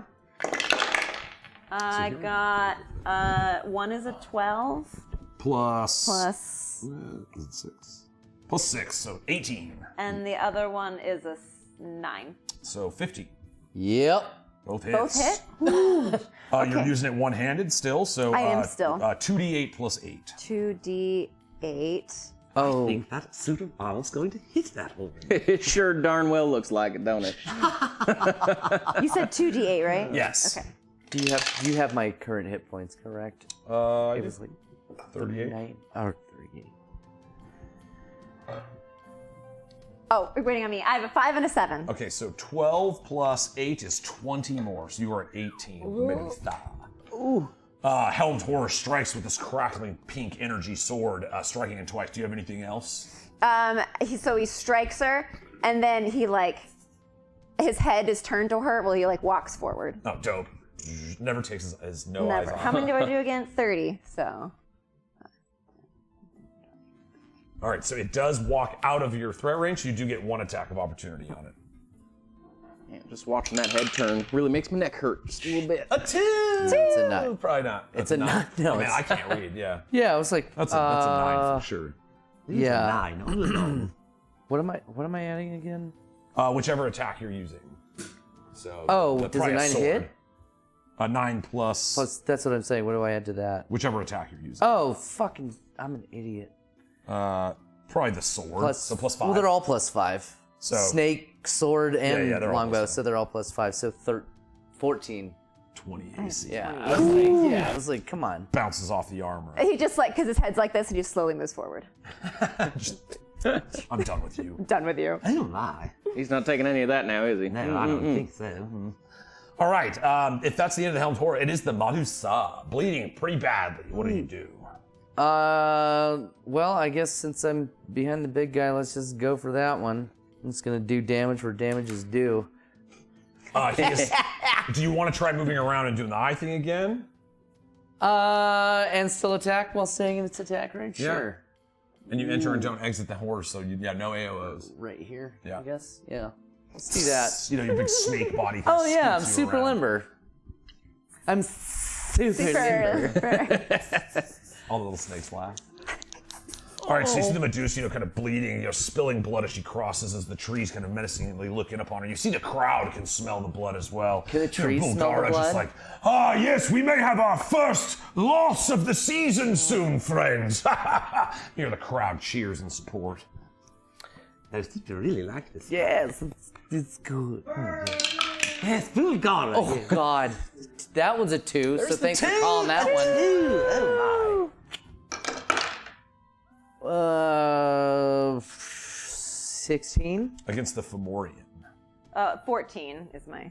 So it's a hit, and because at the start of your turn, you'll have to make the saving throw against petrification. Okay. Petrification. Petrification. You didn't want to lose that saving throw, I'll tell you what. You ever done look at a Medusa?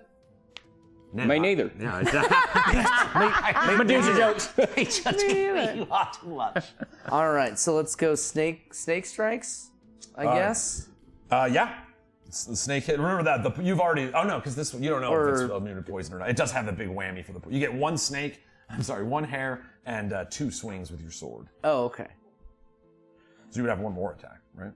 Because you missed the first one, hit with the second one, and you have 1 more attack. Oh yeah, huh?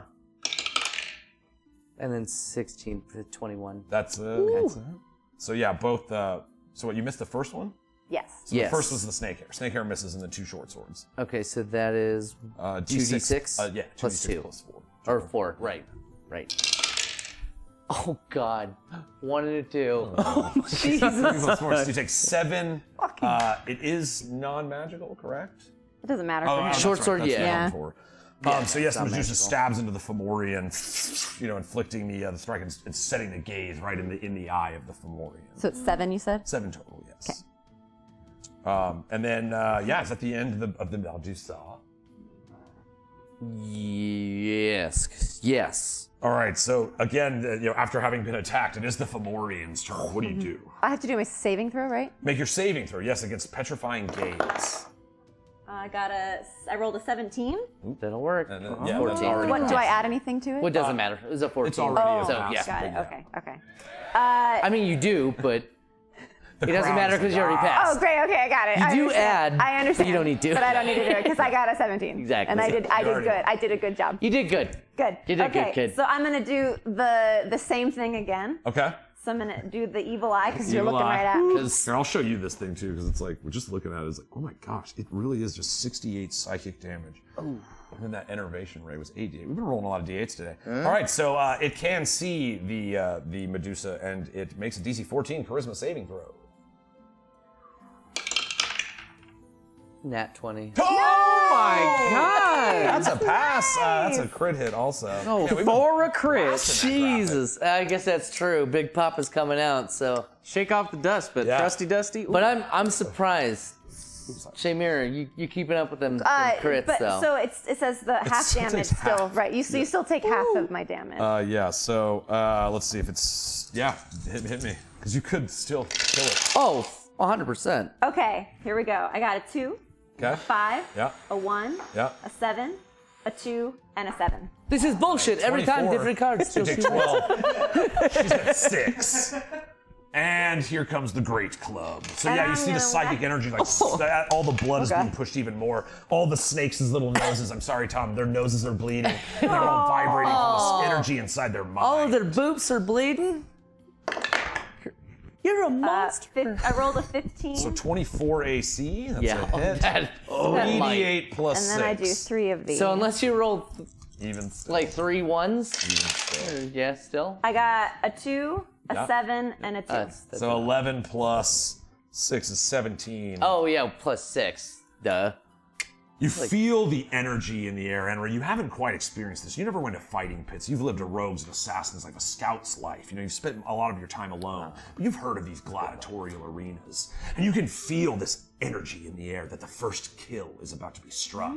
And you almost, like, as you point to make the order to send the Fomorian over, you know, you see the evil eye energy rippling through the body of the Medusa. And it turns to try to look at you. And as it turns, what do?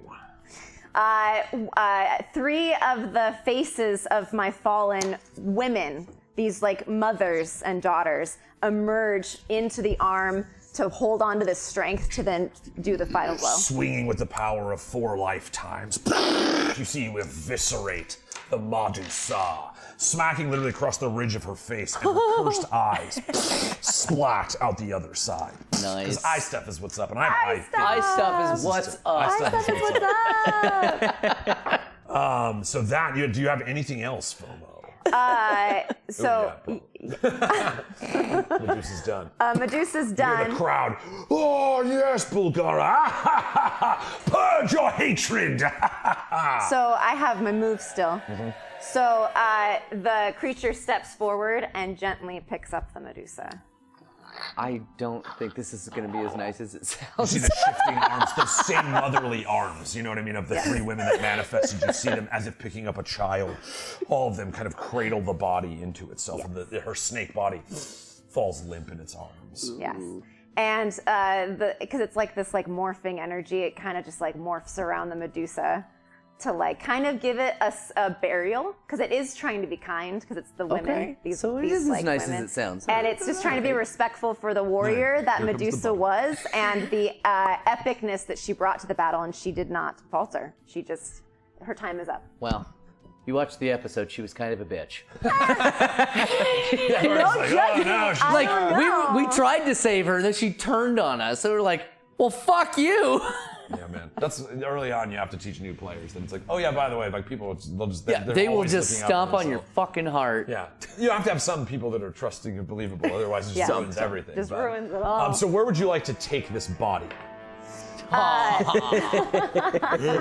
that was eerie. It's very So- rare you see kindness like this on the battlefield. That is true. I do not envy whoever has to tell her Medusa about this loss. Son.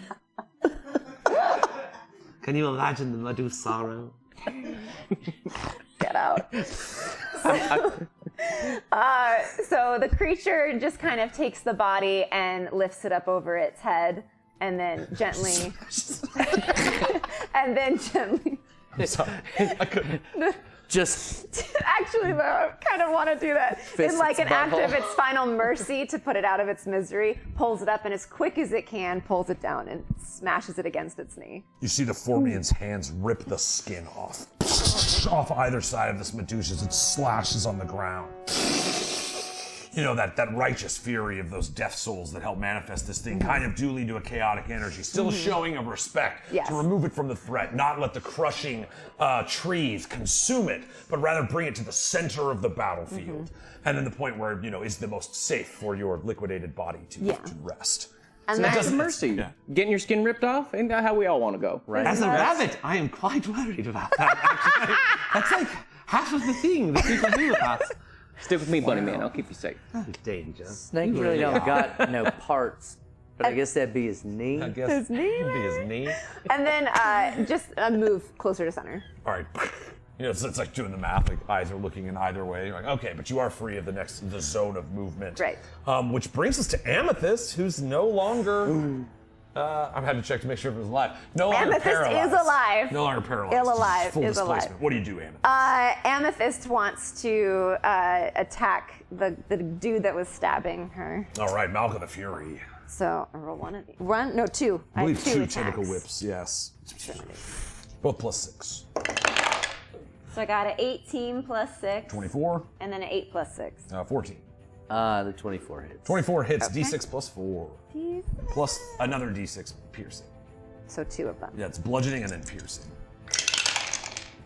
3 and a 4. So 7 bludgeoning and 4 piercing, 11 total. You see the little tentacles finally free to move. As they go up in the air, they phase in many different directions. It's hard to tell where the attack is coming from, and Malka cannot really defend himself as one lands on it.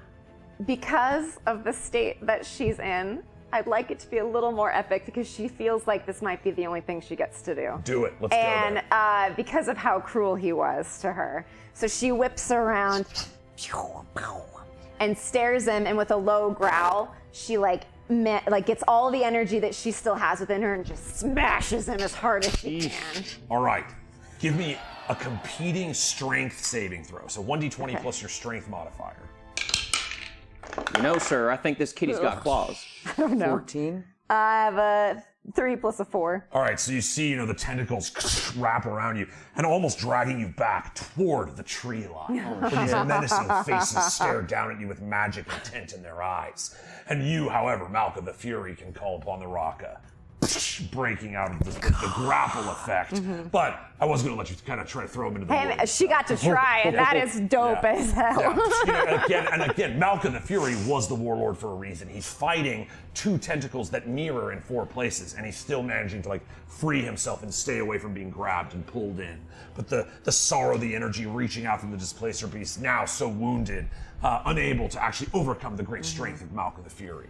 So what else do you do? I think that's all I got. You can move. You're no longer frozen. I can move. Okay, great. I can move 40. Through both of her? Yeah. They would get attacks of opportunity on you if you leave their threat range, but you could get to there without leaving both of their threat. I'm gonna do that without getting out of the threat range. So neither of them get attack of opportunity on you. You see the beast shifts around again. Malka's swinging. Again, they're not real attacks, but it's shifting through the battlefield as it finds its way into the center of the fray. At the feet of the zombie beholder, Thoricus, you're looking down at the positional advantage of the battlefield right now. The strongest creature is the farthest away from you, and one by one they are starting to come into your ranks. It is the zombie beholder's turn. What do you do? Well, gosh. I guess I should. Do I I-beam? Yeah, I guess I should How I-beam. do I I'm kill? gonna I-beam the big guy again. Right? That's what I'm gonna do. Yeah. I'm gonna All right, use this 1d4. It is a random ray. That's a 1 again. A Paralyzing. 1. Oh, hey, yo. All right, DC 14 Constitution throw. So a D20 plus your con modifier for the Fomorian. For the Fomorian? Yes. That's who you're attacking? Yes. Ah, right. Okay. You see Amethyst with tentacles. Plus my con? Yes. So that's 15. Pass. Nice. Oh, you see it tries to paralyze you. Oh, sorry, 18. That was super fine. I was like, Sorry, no, I was never in any. so even So sorry. more okay. I'm actually super okay. Okay. So again, this Fomorian is showing so much strength, this strange psychic energy that builds around its body, this frenetic connection to the fallen. Again, Enra, before revealing herself as Shayemira, experienced the death of 1,000 changelings in order to gain the power to overcome the Bloodhound. And so it is this connection to what this mass represents, the people within it, that seemingly is driving this kind of monster truck through the center of the battlefield. That is the end of the zombie beholder's turn. Danger to free. What did you think about that? Bold move going for the Fomorian. It's very interesting. Of course, large target. That's where most eyes are going to be. Yes, lots of eyes in the room. I'm just glad this poor cat's butthole is finally getting a break.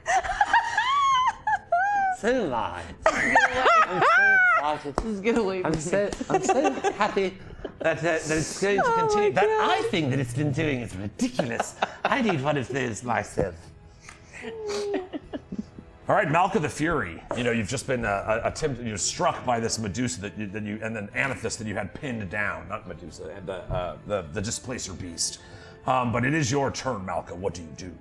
Oh no, Zombie could move too. I'm sorry, he didn't have to stay there. Right. Well, then I want to definitely, I guess, do that. We'll move up in this area here. Not leaving the threat range? Wherever. Yeah, it has a 10-foot reach, so you could actually get... I was like, wherever it is. I thought there. Well, no, because if it moves in 10 feet, so there? Yeah, there. All right.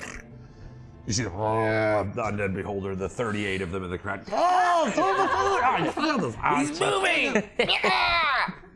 Who was in here, Danger? I don't even know where they came from. Did they get ID'd on the way? You son of a bitch, I love you. Sorry, I love you too, bunny man. All right, Malka the Fury, looking down, he sees this wounded animal, this giant, massive creature coming from the center of the room. The fallen Medusa maybe breathes a sigh of relief. What do you do? Well, I know that it looks bad from the position that the pieces are in, but I'm gonna go for that butthole with a spear. Obsessed with the But butthole. if I can kill it, if I can kill it, I'd like to skewer it and flip it back into the woods and switch spots with it. That's kind of my idea. All right, how many hit points does it have? I like the tension of knowing. 5 hit points. Oh my god. So you have to hit it first. Remember, you have disadvantage. I understand. Disadvantage, so 2d20, keep the lowest. Actually, And you get 2 strikes. all right, so 6 plus. 6 is 12. Okay. 12 Does AC? not hit. Okay. Oh, and then 16. 22. Hits. Right? Okay. Plus the 6, yeah. All right, so you hit. Yeah, you do 5. You can't do less because you do plus 4 damage with weapons. Yeah. Let's see how much though. It's more fun. Which ones is it? I know. It is. She So knew. you're using 5, it two-handed. totally 2d8 plus 4. Right. Right in that displace. You see like many buttholes shifting around. And it's like you're trying to figure. It's like flip the card game. You're like, I'm following it. I'm following it. And then finally you just see this one tight puckered anus right in the center. God. It almost calls to your spear tip. Yeah.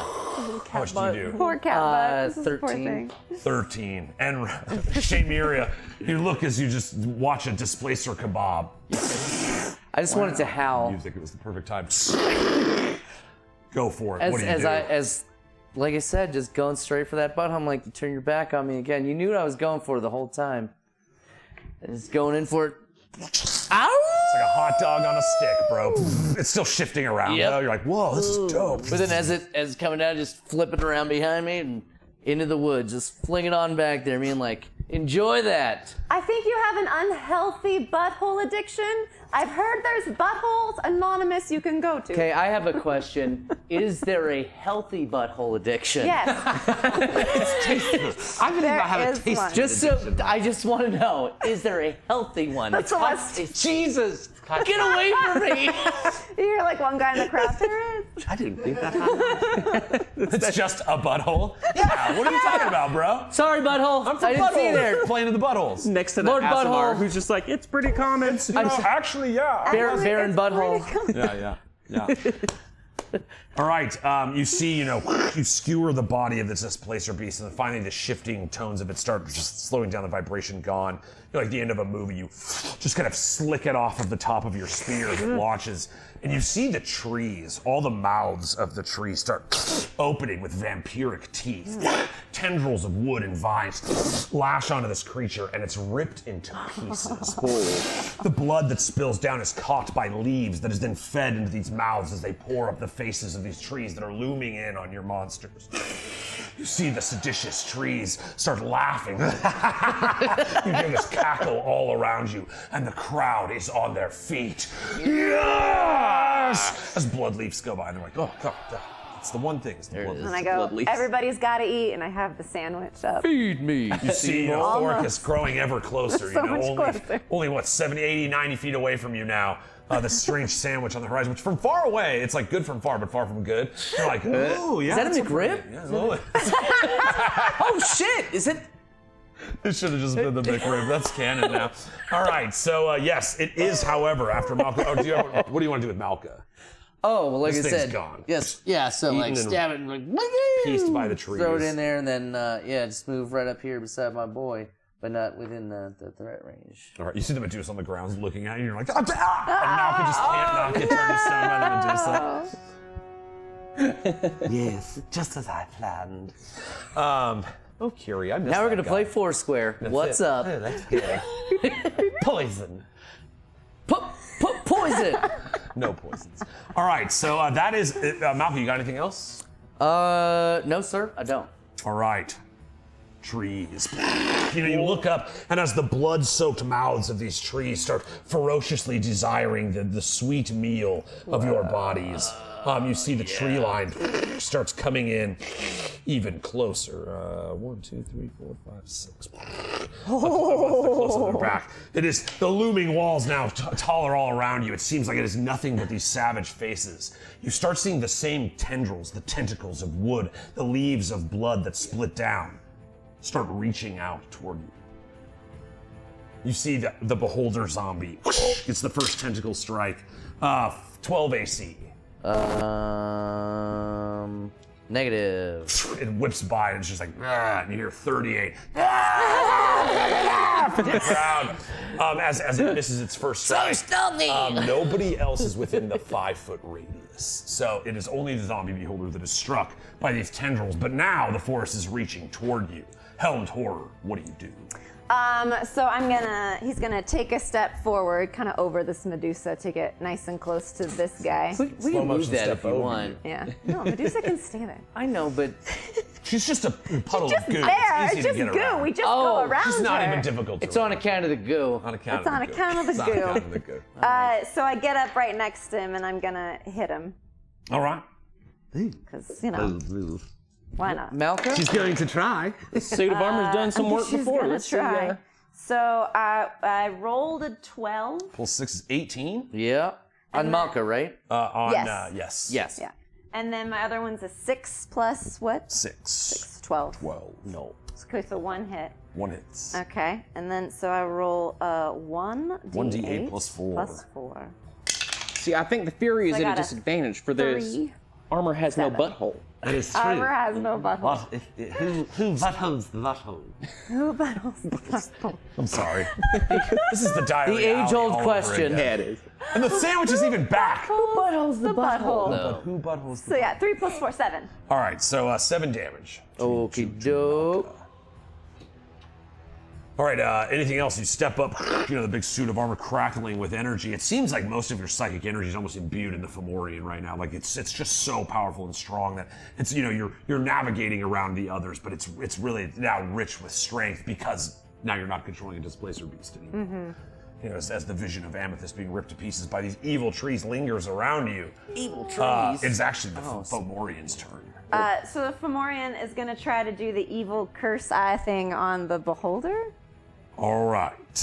Let's see here real quick, because I just want to check the same fairness that would be controlling it. Fomorian.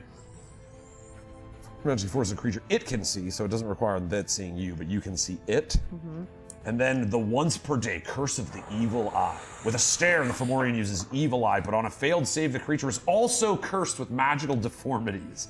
While deformed, you have your speed half, disadvantage on ability checks, saving throws, and attacks based on strength or dex. The transformed creature can repeat the saving throw whenever it finishes a long rest, but that won't be happening. As far as the potency of this ability, this undead zombie beholder will more than likely be attacking with spell effects, but it does hinder its abilities quite highly. So yeah, if you're hitting the beholder would then get to make the saving throw. DC 14 charisma saving throw. Cool. That's shit crit, Chris! Yes! Give me when we're done here, shit crit, everybody. We smoke on 1s and 20s if you're new to the joint. We also set new to the you can do joint. how about that? New to the joint. We are we have just had a 1 on the saving throw. So all All right, go ahead and describe. Again, this is a floating zombified beholder. So it's just like this creepy, weird face with zombie eyes and floating all around. But as the Fomorian looks at it, what happens? Explain the curse of the evil eye and the deformities that strike this beholder zombie. So the curse of the evil eye, it's like all 1,000 eyes kind of take over the body, and it's like ding, ding, ding, ding, ding, ding, ding, ding. And you see like very quickly, each one kind of lights up a different shade of pink and purple very rapidly. So rapidly that it starts to form this like vortex of different color and then shoots it at the beholder. You see as the colors wash over, it's already sagging zombie skin starts dripping off the form. You see a hurling ward of like worms rotting right underneath the skin, holding just the evil magic, born of a nightmare as a beholder. And this is even a more cursed version of that thing. Its eye has these black lines that troll through its body now as you see the skin starts melting off this orb and splashing in small puddles on the ground. You see little roots nearby dig into it and suck the energy out of this falling, rotting skin. Roll 6d8 psychic damage. Okay, I've got a 6, Uh-huh. a 4, Yep. a 5, Yep. a 3, Yep. a 3, and a 2. 23. 23 damage.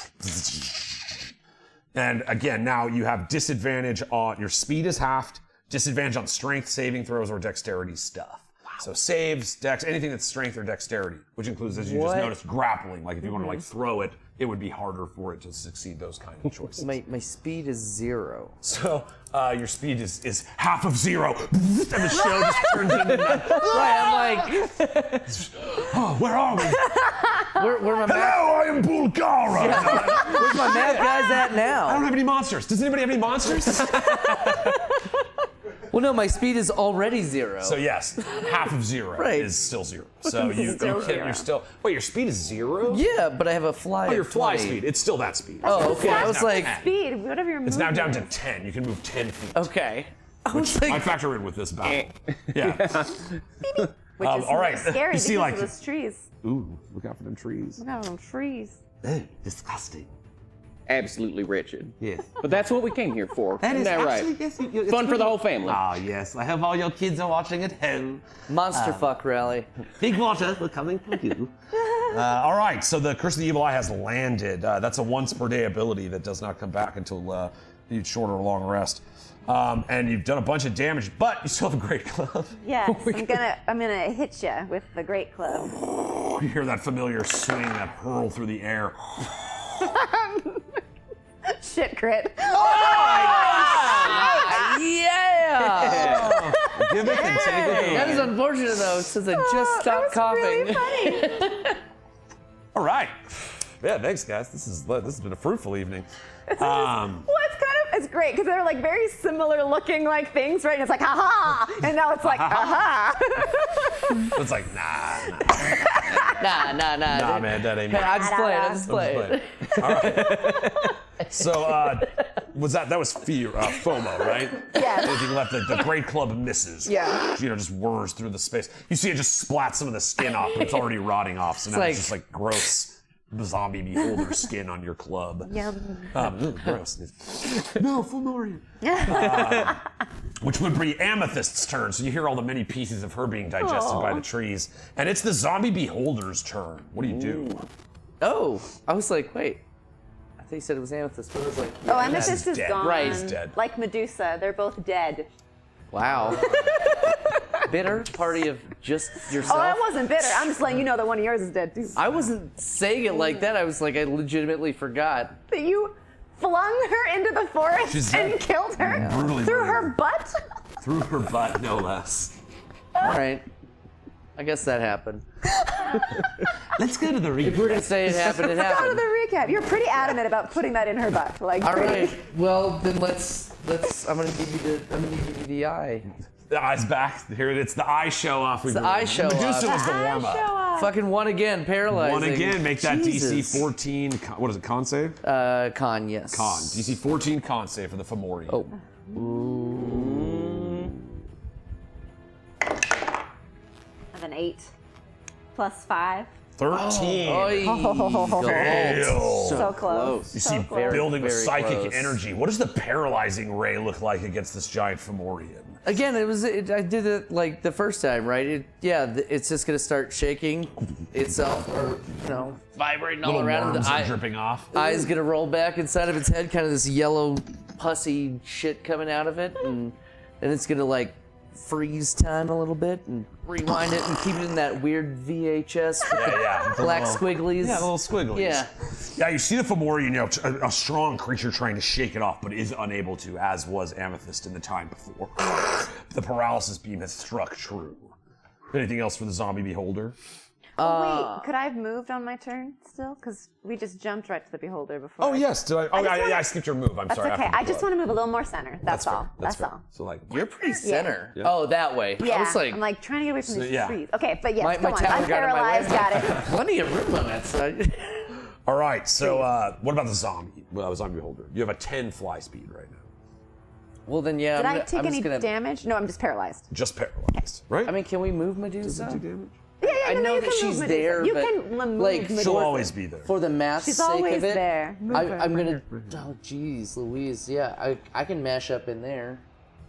I'm still. Damage, right? Yeah, it's just paralyzed for. And again, in the paralyzed. battle arena, that's 3 turns. Pretty brutal. But you get a save at the end of your next turn. Okay. All right. I mean, that's gonna move in and fucking get me on the next one, but I can't move into the space into of the a space shared, of another. Yeah, so correct. like that's. I'm damned if I do, damned if I don't. You know, you're still kind of holding that freezing lock-in on it. It is Malka the Fury's turn. You know, he sees kind of the conditions, the walls closing in, the tendrils and mouths of the trees all around. I wonder what he's going to do, Danger. I'm so curious. I can't even hardly keep track. The Fomorian was a heavy hitter, but now it looks like he's down for the count, wouldn't you say? Yeah, when this started, I was a rabbit, and now I'm losing my hair. Classic. All Sir right. Curie. Wow. All right, Malka the Fury, what do? You hear the crowd is amped up. You know, the moment is encroaching. Only, 12 more seconds until these trees completely come in on you guys. What do you do? Am I able to get furious enough to like wah around and be on this side? Yes, because you wouldn't be leaving its threat range. Correct. So you could do like a cool you got Raka, the Raka, yeah, little just fire feeling jump. it. Yes, You know absolutely. what I'm saying? So get around on that side and well, looky there. Look where I'm at. Oh darn. Oh darn. Right behind him. Yeah. Just kidding. I'm going for the big guy. He's paralyzed. Auto crits. Going Remember, if you towards hit. the As long as you paralyzed don't roll- creature yet yeah. again. You have advantage on each attack. So first see if you hit. Two of them, and give me the highest. Oh, sorry. Let me just get that D4. Just to make sure. It's that much harder to roll a 1. I'm sorry, what am I adding? Malka's spear attack. That's an all +5, didn't we? Or no? That was No. +6. Okay, so 17. That's a hit. And it's a crit, so it's double dice. 4d8 +4.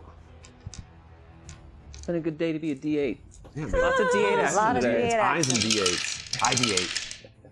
Okay, so that's a 6, Yep. a 5, a 7, and an 8. So, dang, 26. Oh, I'm sorry. 5, 6, 7, 8! +4, so 30.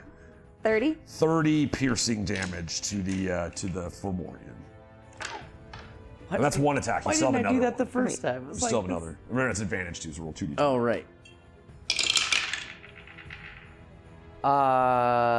20?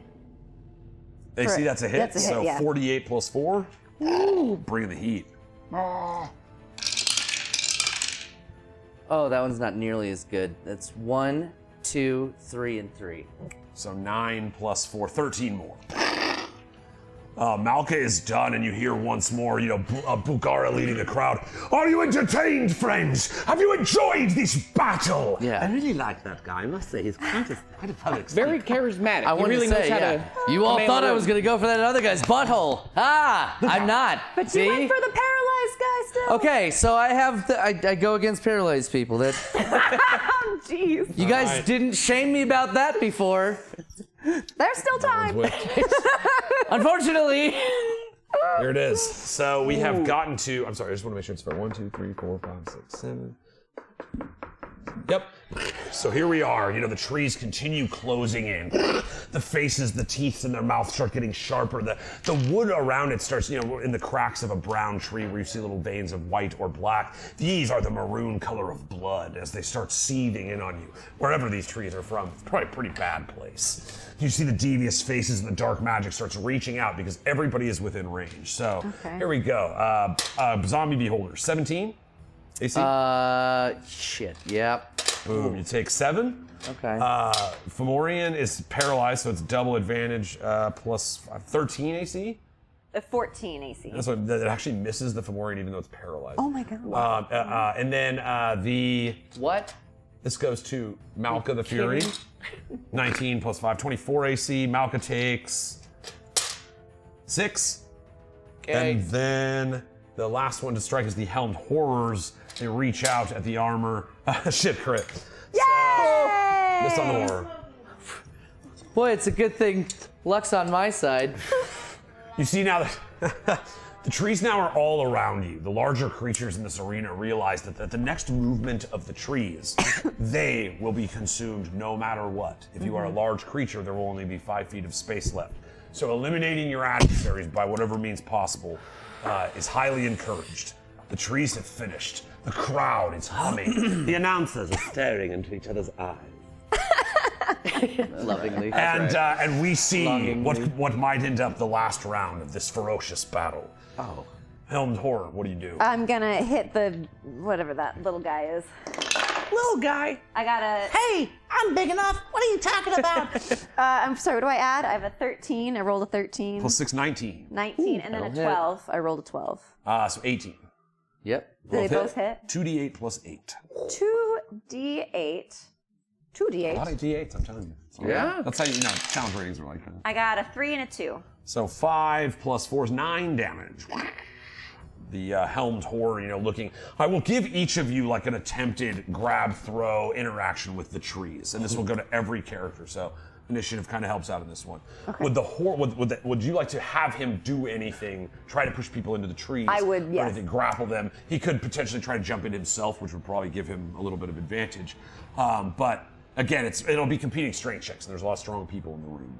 Okay. So, yeah, I want to try to switch places with him. So I want to grab him and try to throw him behind me into the trees and switch places with him. All right, so you reach forward and try to put your hand on it. It'll be competing strength checks for both of you guys. So we roll d20? Yes.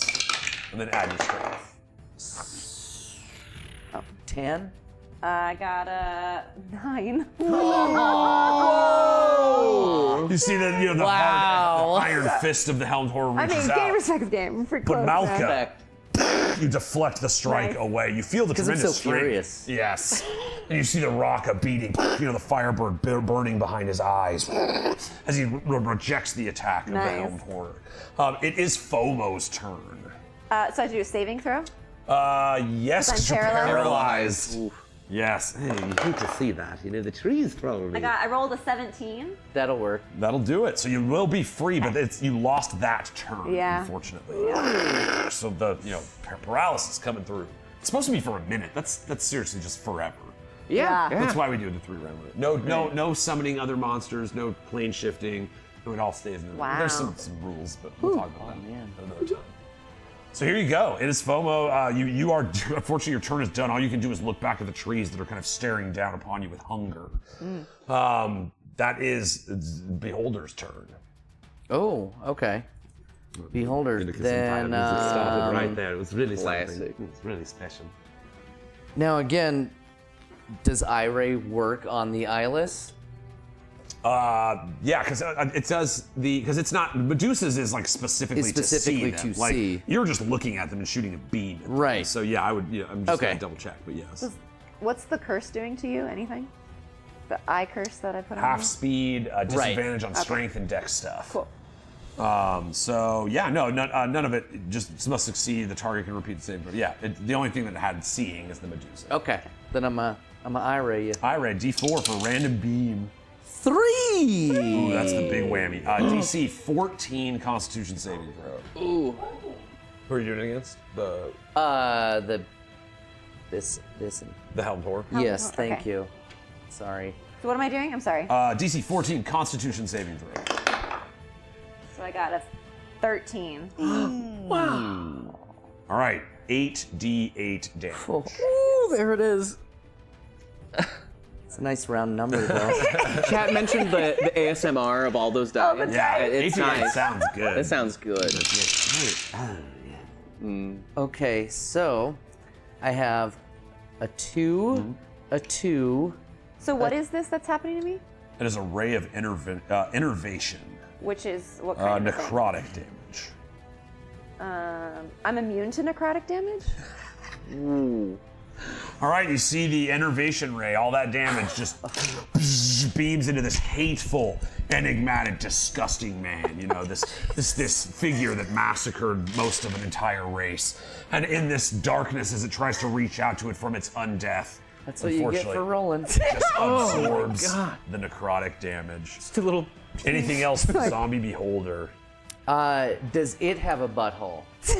Because I just Yeah, we talked about that earlier. I just like to attack myself at this The point. stank eye. Jesus, God, are you fucking kidding me?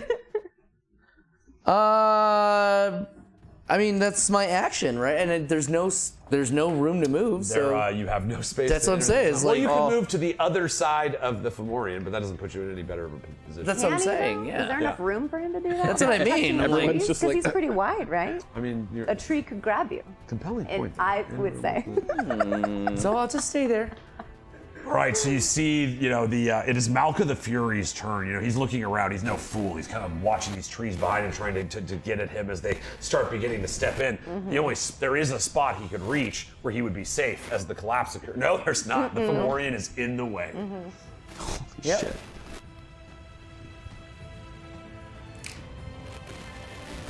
So I guess I'm gonna go for the Fomorian, right? That's the only thing I can He's do. no longer paralyzed, so it's no auto crits. But yeah, he's what's Shay? Is he less than half? Is he bleeding?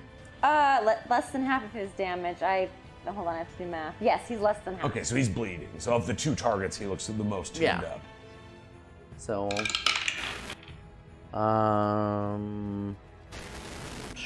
what I had plus 6. There's two songs playing. I kind of 17. That's a hit. Get the jam. Okay. Do you want to roll the second one or just roll damage first? What's that? Do you want to roll the damage from the first hit first? Yeah, just to make sure it wouldn't kill it. Okay. 12 plus. Where is it? 4. 16? 16. Oh, do I get that other 4 from the? No, it's included in Okay, the plus that's 4. in that. Okay, just make sure. Yeah. Okay. That's one attack. Okay. Oh, that one. Man. I'm just. That dice hates it. Loves us, but hates him. Eh? Shit crit, everybody. I'm just gonna retire after the night. All right. You see couldn't Malka, catch a whiffs break on the if it second was one. a Again, just like the fucking impending doom of what is coming is so heavy in his mind that it's like hard for him to strike. Yes. And then you see you're kind of standing there, in this moment, Malka's looking around, the burning fire of the rocket within him. He has the battle cry, okay? I would say he would have the opportunity to push out with that, but it would affect the other people as well. But it would stop the trees for one more round. Okay. I don't even. Oh. I forgot about that battle cry. I had done it. You did, yeah, you did it. You haven't used it, you get it once per day. So all creatures within 30 feet of it that can hear it gain advantage on your attack rolls until the start of his next turn. But as the burst of this fire of the rocket pushes out of him, I thought I it had done pushes that the trees back. previously. No, you didn't. Ah. You didn't end up using it. Right? Well, there's no point in me using it now because the other guy's already done, right? That's So- true, and they are going to go before you. That's That's fair. what I mean, Maybe so you it's don't like- want to do that. I'm sorry. No, that's a fair point. I thought I had already done The it option before. was That's why I presented. didn't think The stage is set. that I could. Oh no. The monsters, the battlefield, the enclosure upon them. Let me get this right. Hold on. I'm gonna land this. You're doing so well. I'm so proud of you. All right. You see, sitting in the sprawling space before you, Thoricus, general of the armies of the Indicus Empire, land of ice and iron. You know, looming forward in these trees that seem to be suspiciously starting to look at even you. Well, they can look all they want. They want to fight with Big Papa. They can come for it. You know, you start looking around like, oh, perhaps, you know, we don't know much about this man. fighting Perhaps he my was a pets. liar and a coward. You know, you look across the space between you guys, and the monsters are all backed up against the wall. You know, their weapons out. Even the distinction between each side of you right now is irrelevant. Fact is, this room is closing. There is not room for any of them. You watch as the trees push in on the side. The Fomorian's head pops like a grate. You see the psychic pink eye of magic floats for a moment and it drops as you see the remaining worm-ridden corpse of the Beholder zombie crushed into a sauce that is collected by large leaves and fed to the demonic mouths all around you. Shayemira, standing in this strange cove held up by the land that now seems to be consuming everything around you. Thoricus, 5 feet away. You look across this gap between you. What do you do? It seems we're pretty evenly matched. I would say so. I gotta give it to you. I like your moxie. Huh. You done good. Thanks, old man. Hey, I've been around a while. It's not every now and then an up-and-comer can show me my business, you know? It's real good of you. Thank you. Hell of a job. Hell of a job. Hell of a job today. And, as promised, here, from my place to yours. Is that a McRib? Holy shit. Actually, sure, that could be what it's called. It should be what it's called. Wait Gotta a love minute. good sportsmanship, right? It's a McFib. This is a McFib. fake. McFib. You're a phony. Oh. You're a big fat phony. Elmira, as you stand there in this connection between the ferocious 5 heroes of the world of Everendell, and currently this young Shayemira, now exploring a new world in her own image within the realms of the Kush kingdoms, that ping of destiny. You feel for a moment, Thoricus, like you can feel Ubaru looking over your shoulder at this moment, as if it was always fated to be. You hear the crowd grows restless. Oh, what is this? They yield, all the monsters are dead, no winner! What was this Bulgara? Is this the best you can bring us? Oh, it seems like the crowd is getting rather upset. I think I'm going to get out of here. Goodbye, everybody. Let's hop to it. Yes, let's. You want to come back to Oh my mine? God. Let's go. To be continued. You see Danger Dupree and Sir Curie disappear out a side room holding paws. We'll fix that crick in your neck, sir. I assure you. And in this moment, as you kind of look around at each other, Enri, you're holding out this sandwich. You feel that psychic energy crackling in your head. And you watch as 1,000 sandwiches grow from the spot where the sandwich you hold in your hand is now held. And every member of the audience is served Sandwich. this sandwich. The champion's prize. Oh my gosh, she's trying so hard not to laugh right I now. can only describe what happens next. Oh, I'm crying. Oh my God, Multiverse. I'm crying. Just across the Now, in the multiverse. realm of the prime material plane, it took 1 hour for the effects of the street meat sandwiches that led to some very intense moments for both Lucian Lamore and Enra at the time. However, in this strange pocket dimension, time flows a little different. If you remember, a minute turns into 18 seconds. And so, as everyone in the arena, dissatisfied with the fight that they watched, no clear winner in the battle before them, Bulgara huffs off and kicks the sand in front of him. Then a rumble begins to grow across the arena. I have like the bite that I've ripped off because I promised I'd eat a bite, right? And I go Okay. to the buttholes, and then I eat it. Here's the buttholes. You hear an all-encompassing rumble around you. You hear someone from the back, no! As green mist sprays from beyond. Green mist.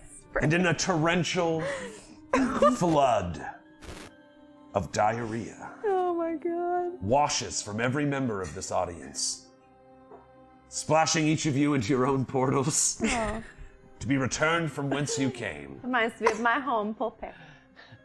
But yes, just like Diarrhea Alley, you Smells turn like around home. and look. Smells like home.